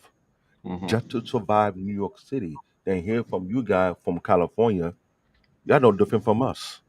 Yeah, well, I'm gonna tell you this, Black David, because all the people that are illegals, no disrespect, because my dad was one, um, they would all take the jobs of dishwashers, line cooks, laundromat people, and who work in the hotels. All these jobs that are entry level given to illegals, which I have no problem with. I have no problem with it. But the people that wouldn't take them, white people cannot stand taking those jobs. They think they're too high. I'm gonna say it like that. I'm gonna just say it because that's what I've experienced. That's what I've seen. They don't want to take those jobs because they think they're too good for those jobs. But even though you say that, it's the same apply out here in New York City. It's totally identical. And this is why I say what I say. All these things are compounded on one another. Your work environment, your social environment, your financial environment, and that's where your mental, because mental applied in every area of each factor you're dealing with.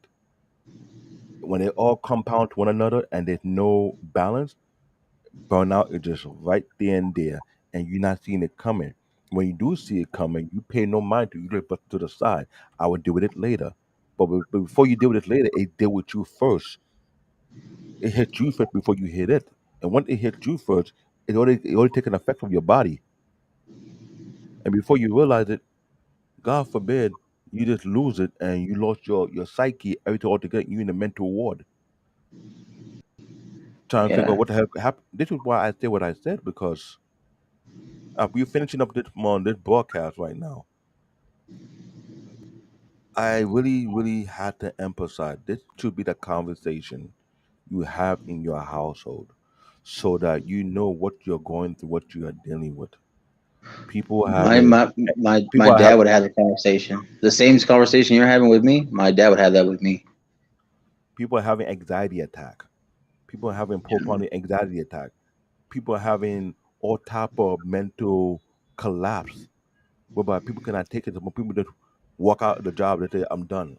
I'm good." Just appear. They don't want to show up to work. People are resigning from work. It's like they can't take it no more. Like, I'm a human being. I'm not a robot. I'm not a slave. To have that mass recognition, people are resigning from work and they're making good money, but they can't take the pressure no more. Like, all these things are leading to something bigger than what we expect it to be, and we don't know how to deal with it now. When we will deal with it, Mm, because I had to face myself and say, you know what, I need to be careful with my body, with my health. I'm 43. Yeah, man. I'm not Superman. Tommy is not Superman. Mandrell's not Superman. You, Marcus, you're not Superman either. Not But so. it will come upon the time we had to like step back and say, whoa, whoa, whoa. I want to live a better life, but I need to be careful. I need to create some outlets or in case of certain things. Some people play video games, yeah, but how long video game will last until you need to do something else to keep that build up? Some people take a long walk. Some people hit the gym. Some people smoke weed. Some people drink alcohol. I'm not saying they're all good, but some are good, some are not good. Some will lead to something else. This is a conversation that you have. Sometimes you may have a friend of yours who just come in, hey, how you doing? And you see the expression on his face, and you know that he's going through something. How do you talk to your friend and put them to the side and see what they're going through and help them out? So they won't be the next statistic that they got to decide to. Yeah. We talked about it on the barbershop talk. How we'll finish up with the Will and Jada saga. Tuesday put to be the last episode. But that also comes from burnout. Marriage. Like Tommy said, some people have some bad marriage and had a bad marriage for years upon years. Will Smith is the perfect example of marriage burnout can look like.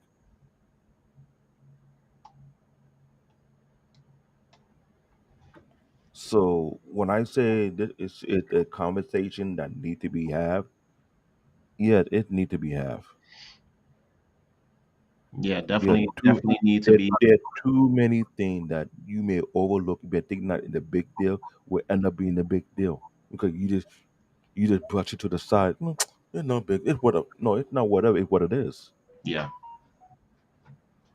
So this is my final word, Marvin. Whatever you gotta say about this, what you feel or think, let it out because Is the way I see it is like a lot of things could, as you and I, we both live in this city. We know a lot of things could lead up to burnout. One of my things is like you gotta know how to deal with it, how to you know tackle it, whether it's fishing, gaming, whatever. You need to you need to deal with that head on. But the ultimate goal is getting yourself out of that burnout situation. If it's moving away, wherever you're moving away to, got to be something where you could relax, get a better frame of mind, and then ultimately, enjoy life. So Tommy, what's your final word? Because I I'm think glad. everybody just got to find a balance, bro. I think for me, and this is what I tend to tell people, man, is this is a very short life. Enjoy this shit as much as you can, man. I get the whole, bag chasing thing and this and that, but if you end up in a situation where you can do that in something that you love doing, great. But unfortunately, I don't think most of us end up doing that. And I just tell people, man, I don't have the answers to everything, and I don't think anybody does. My only suggestion to most people, man, is just try to enjoy this shit as much as possible, man, while you're here, because we only got a short time here, and just try to enjoy, the time that you got here, man. However you got to do that, try to find that balance between, getting to the bag and also enjoying stuff. Because I haven't that that's another part of burnout that I ain't bring up too is like vacationing and just taking time to enjoy yourself. You got a lot of these cats, they don't vacation, they don't ever go. It's just work, work, work, work, work, and that's one thing I personally had to stop myself. So I try to every year try to plan a vacation to go somewhere. yeah, This year I got already got my tickets for Cancun. I went to the Bahamas a couple of years ago. I missed a couple of years, so I haven't been consistent You on about it. to you about to have a good time down in Cancun. Oh, hey, I ain't get them tickets for Oh no reason, God. dog. Uh, but no, hey, but no. So, like I was just telling you about, I was just talking about TJ yesterday. And somebody told me, oh, matter of fact, it's the barber. He was telling me about, I need to hit TJ. They got a something called Papas and Beards and whatever. So Yeah, that's probably but gonna be that's a another lot. That's a trip. lot of young ass college kids. So just I'm gonna tell you this, bro. To Uh-huh. look out for you. Stay ready. I'm gonna just say that. Stay ready. Mhm. And you probably been to Mexico before, right? Sounds like you've been to Mexico before. Nah, I haven't. I've been to so many Okay. places, and for some reason, I ain't never been to Mexico. It's crazy. All right. So I tell this because I kind of on the side business that I do a Uh-huh. little bit of a travel guide and a tour guide. Oh, okay. But right now because I got shit we're going on home, so I got to take care of some stuff with family. But um, I would tell you don't carry a lot of your cash in your wallet. Oh yeah, Put most of it on the bottom of your sock, yeah, and the other stuff leaving your hotel room locked. yeah. Okay. Um, other than that, carry enough where in case if a cop pulls you over, we can probably, Yeah, shoot him a not couple saying bucks. I'm not saying not to, but I'm not saying to as well because we're live. Listen, And I got partners that have been out here, so they put me up on that game. But definitely before I make that move, though, I'll definitely get up with you because you way more knowledgeable about that stuff than I. But no, uh, no, I definitely heard about that. You know, I'm couple of gonna put my pesos and number. I'm gonna put my number in the private chat just okay. because uh bro, because I tell you some people. I'm gonna tell you guys this because part of my job is finding out, doing journalism and doing some detective work down there south of the border. Mhm. Yeah. Um, a lot of people from America commit their crimes in Mexico and get away Oh with yeah, it and come back to America. oh yeah. Damn. Hey, I know Oh, especially that P word. I'm not gonna say it on here because I don't want the channel to get flagged. But that P word, I've heard about that going on down there. Yeah. bro, all Going down there types and of people, finding the youngin. all levels, Yeah. all freaking So, levels. so Marvin, take his number before you plan a vacation out there. Yeah, I'm gonna Well, definitely no, take. but that's more when you're going into town. Like if you go to a resort, Yeah. then for the most part you good if you stay on a Oh, resort. you're good. You're good. But the Yeah, reason why they're good is because those are cartel owned. yeah, exactly. Yeah. Well, the resorts Yeah. are. Yeah. Oh, okay, I didn't know the resorts was. Well, yeah, like 80%, 90% of them are cartel owned Oh, okay. Well, I mean, it makes sense. in the whole of Mexico. And the Wow. reason why they do that is because you want to keep those areas safe. So when tourists come over, they can spend as much American dollars as they can. Yeah, exactly, exactly. I knew why they kept it safe. I just didn't know that they was. I thought it was more the government. No. Not putting up with you. Fuck with, like you can fuck with the people here, but don't fuck with the visitors because that's where our money come Well, from. well. Here's the thing, right? All those dudes that are connected with the cartel crews, they do the work with the deal. They shake hands with those dudes, right? The politicians, government. Yeah, yeah, yeah. They shake hands with different governments. They got dudes from Mexico hiding in Ireland. They got dudes hiding in UK. They got dudes hiding in places where they cannot be. Interpol can't even extradite them. Oh wow. Yeah, Interpol can reach them. And then you got ATF, you got HSI, Homeland Security, because Department of Homeland Security is different than Department of Justice. Yeah, yeah, yeah. They can't even traverse to certain areas because it's not supposed to be extraditable. So Oh they're wow. limiting the number of places where people can leave. I got your number, bro. All right, Okay. good looking. But they had a former president at the time when his brother had deleted somebody.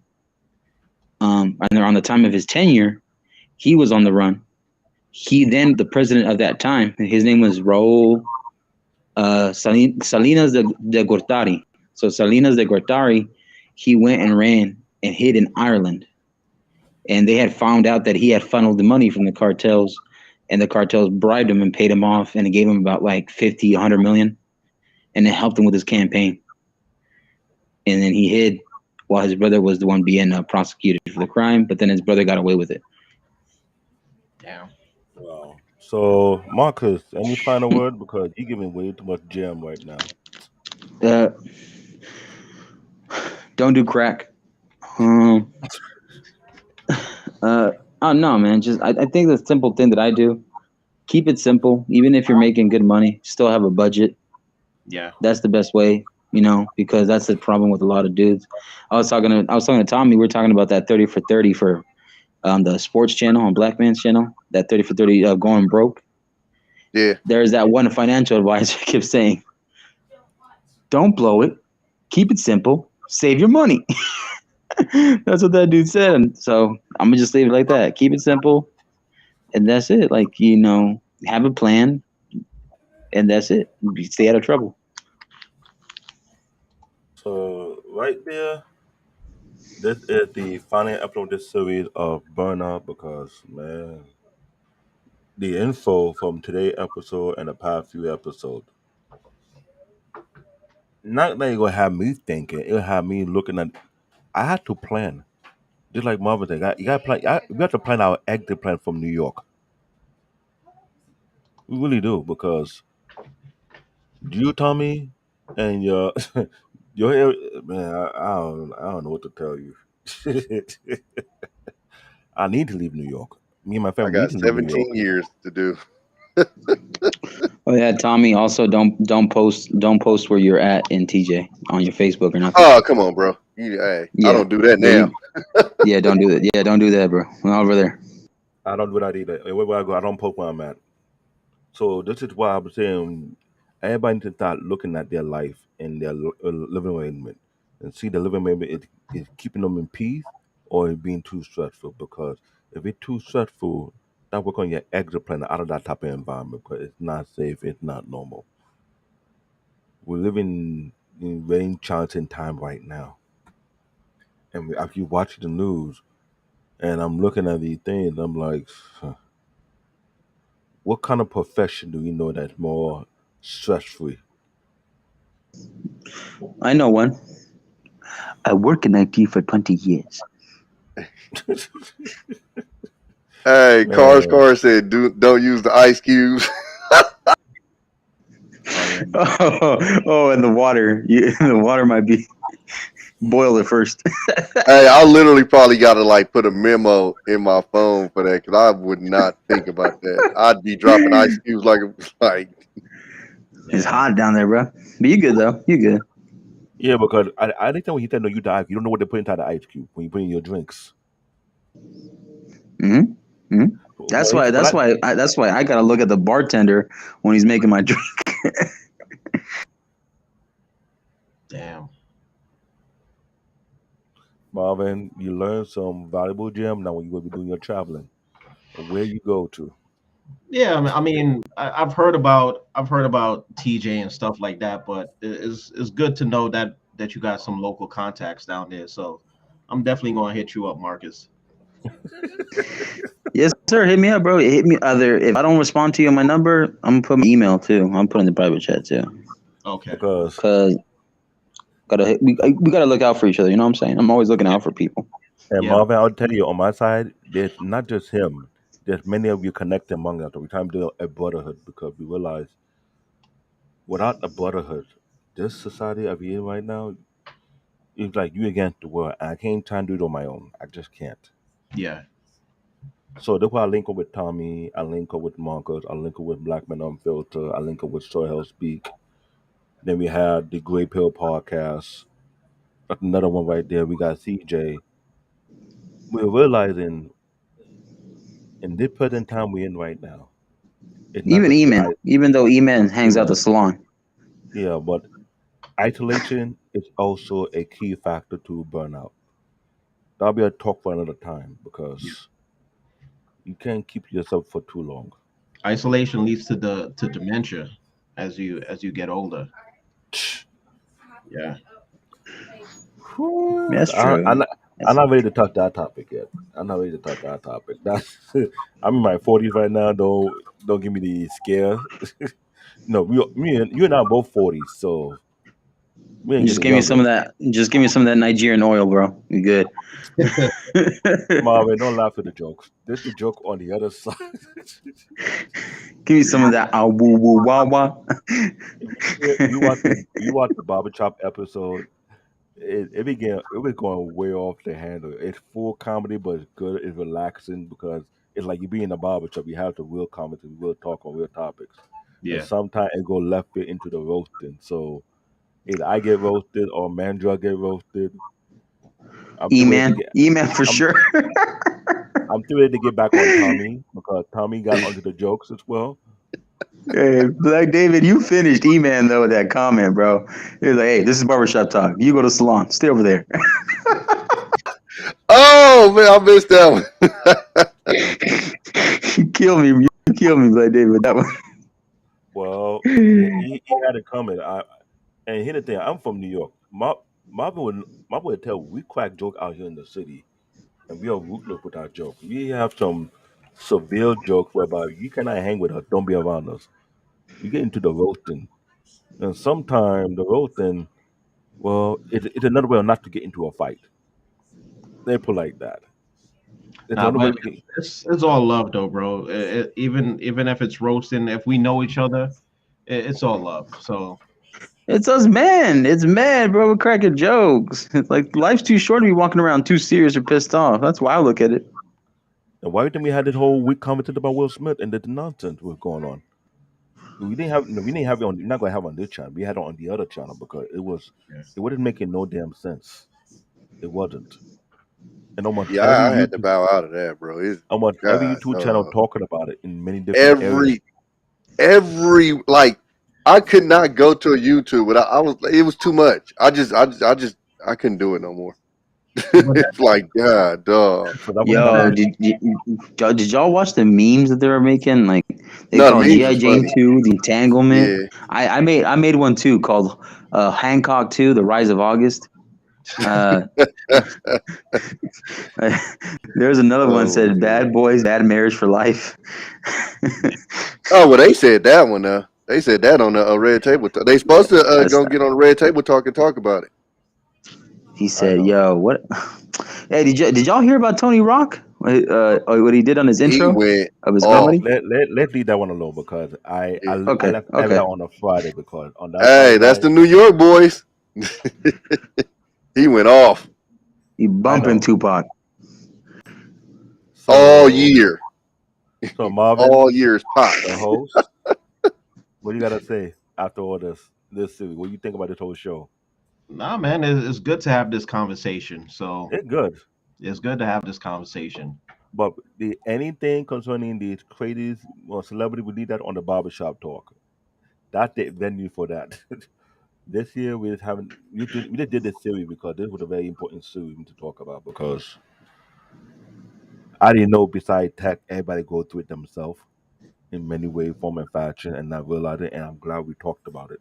And Yeah. I hope other channels think about it too and open the dialogue themselves too because you can't brush it to the side. We know about the Will and Jada. Will issue with a burnout too. That's marriage burnout. Hmm. Well, you Are know what? y'all? Are y'all? Honestly, I don't know if that would be marriage burn. I think that was just like trolling burnout. To be honest with you, because you got to realize, man, the man been getting trolled, and listen, like we laugh, but you got to remember, bro. His It's a wife did different. that, bro. No, but it's a different. Well, no, actually, August did that because nobody told August. August to I come out mean, and say well, nothing. I'm gonna correct myself. I'm gonna correct myself. August and Jada, they took both of them. No, I don't even say Jada. August did that because let's just keep it real. As a man, any man in that situation, you don't come out and say shit. Period. You Yeah, shut the fuck up. So the fact that he yeah. even put it on blast made them have to address it, and then once they addressed it, then that's when everything came out. But I'm just There was saying, never been an like, issue. But like I'm saying, bro. Like I'm saying, I'm gonna just keep it real short though. I'm just saying she should have known better too, though, by not messing around with the son's friend.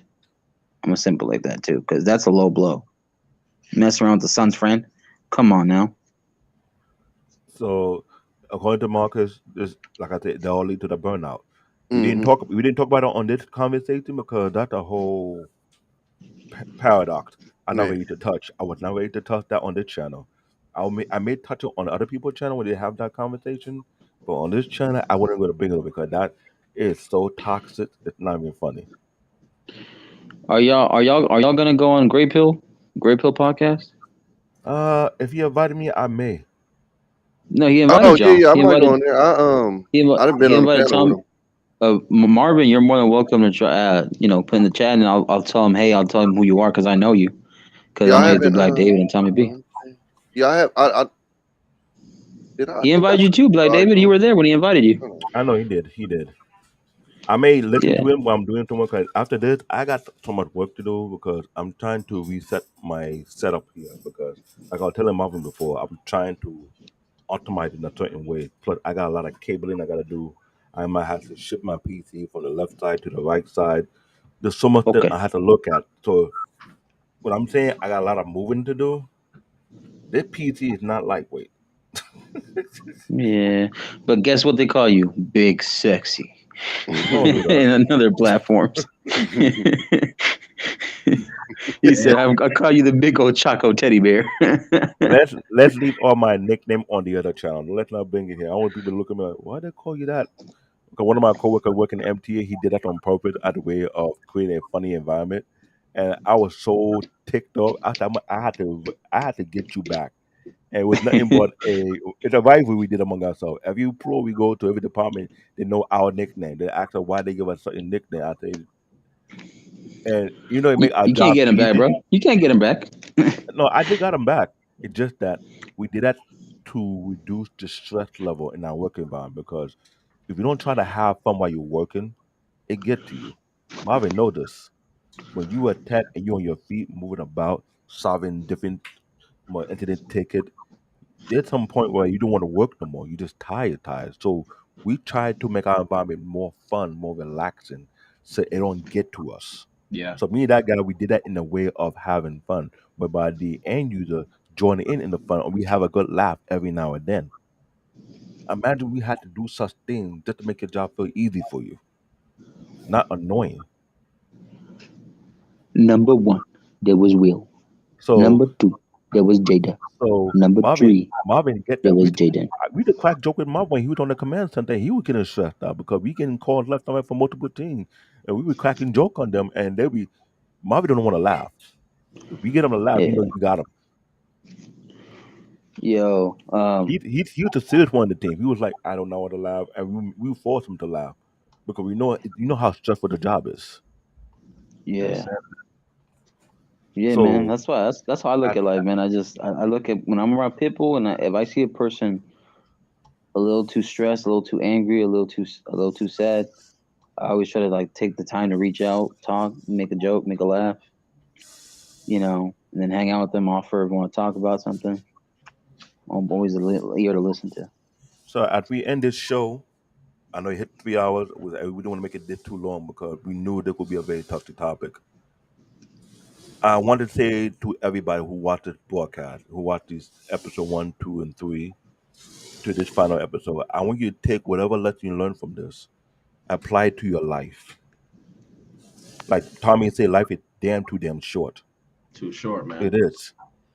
If you had to crack joke at your job to ease off the tension, do that. You gotta be the class clown and just to find a way to level out the tension in the room. Please do that because there are things that are happening on a daily basis right now. People are overlooking, and it's scary. It's really scary. When I share these, it's been about people who I know passed away, not realize what they were going through, and I was trying my best to help them reduce the tension. A woman had a heart murmur, and she died just 5 minutes walking out from her job. These things are not fake. They are real experience. People are being burnt out at their job or at their household, at their whatever they go to, and they have no outlet. Sometimes a couple of laughter is a good outlet for them to leave whatever built up tension they have so they don't want to feel funny when they get home. Please, whatever thing you learn from our broadcast concerning burnout, take it and apply it to your life. It's serious. It's much needed. I didn't take no vacation. Here, Tommy, that he had to take. I need to thought, no, we have to take vacation. But if I can earn the vacation time, that's another thing. Not every job give you vacation enough vacation time to have to yourself. It's true. It's true. Yeah, So I ain't gonna lie to you, man. I force it. It's you have you have to protect your mental health, bro. You have to decompress, and I I mean I squeeze them in. I'll do like my last job. I was working 4 days a week. So what I would do is I would start my first day off, and then if I needed to, I'd take just like one day off, and just take 4 days and just go chill somewhere.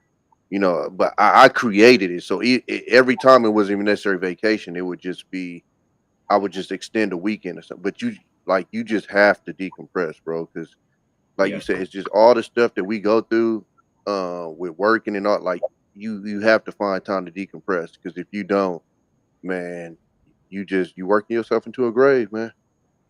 and You just and all that shit that you accumulated, it ain't going in that ground with you. I went to two That's funerals it. this week, and ain't nothing. Neither one of them had their possessions with them.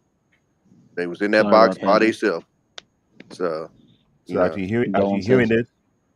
this, people, please, I'm begging you guys, take the time out to take a breather.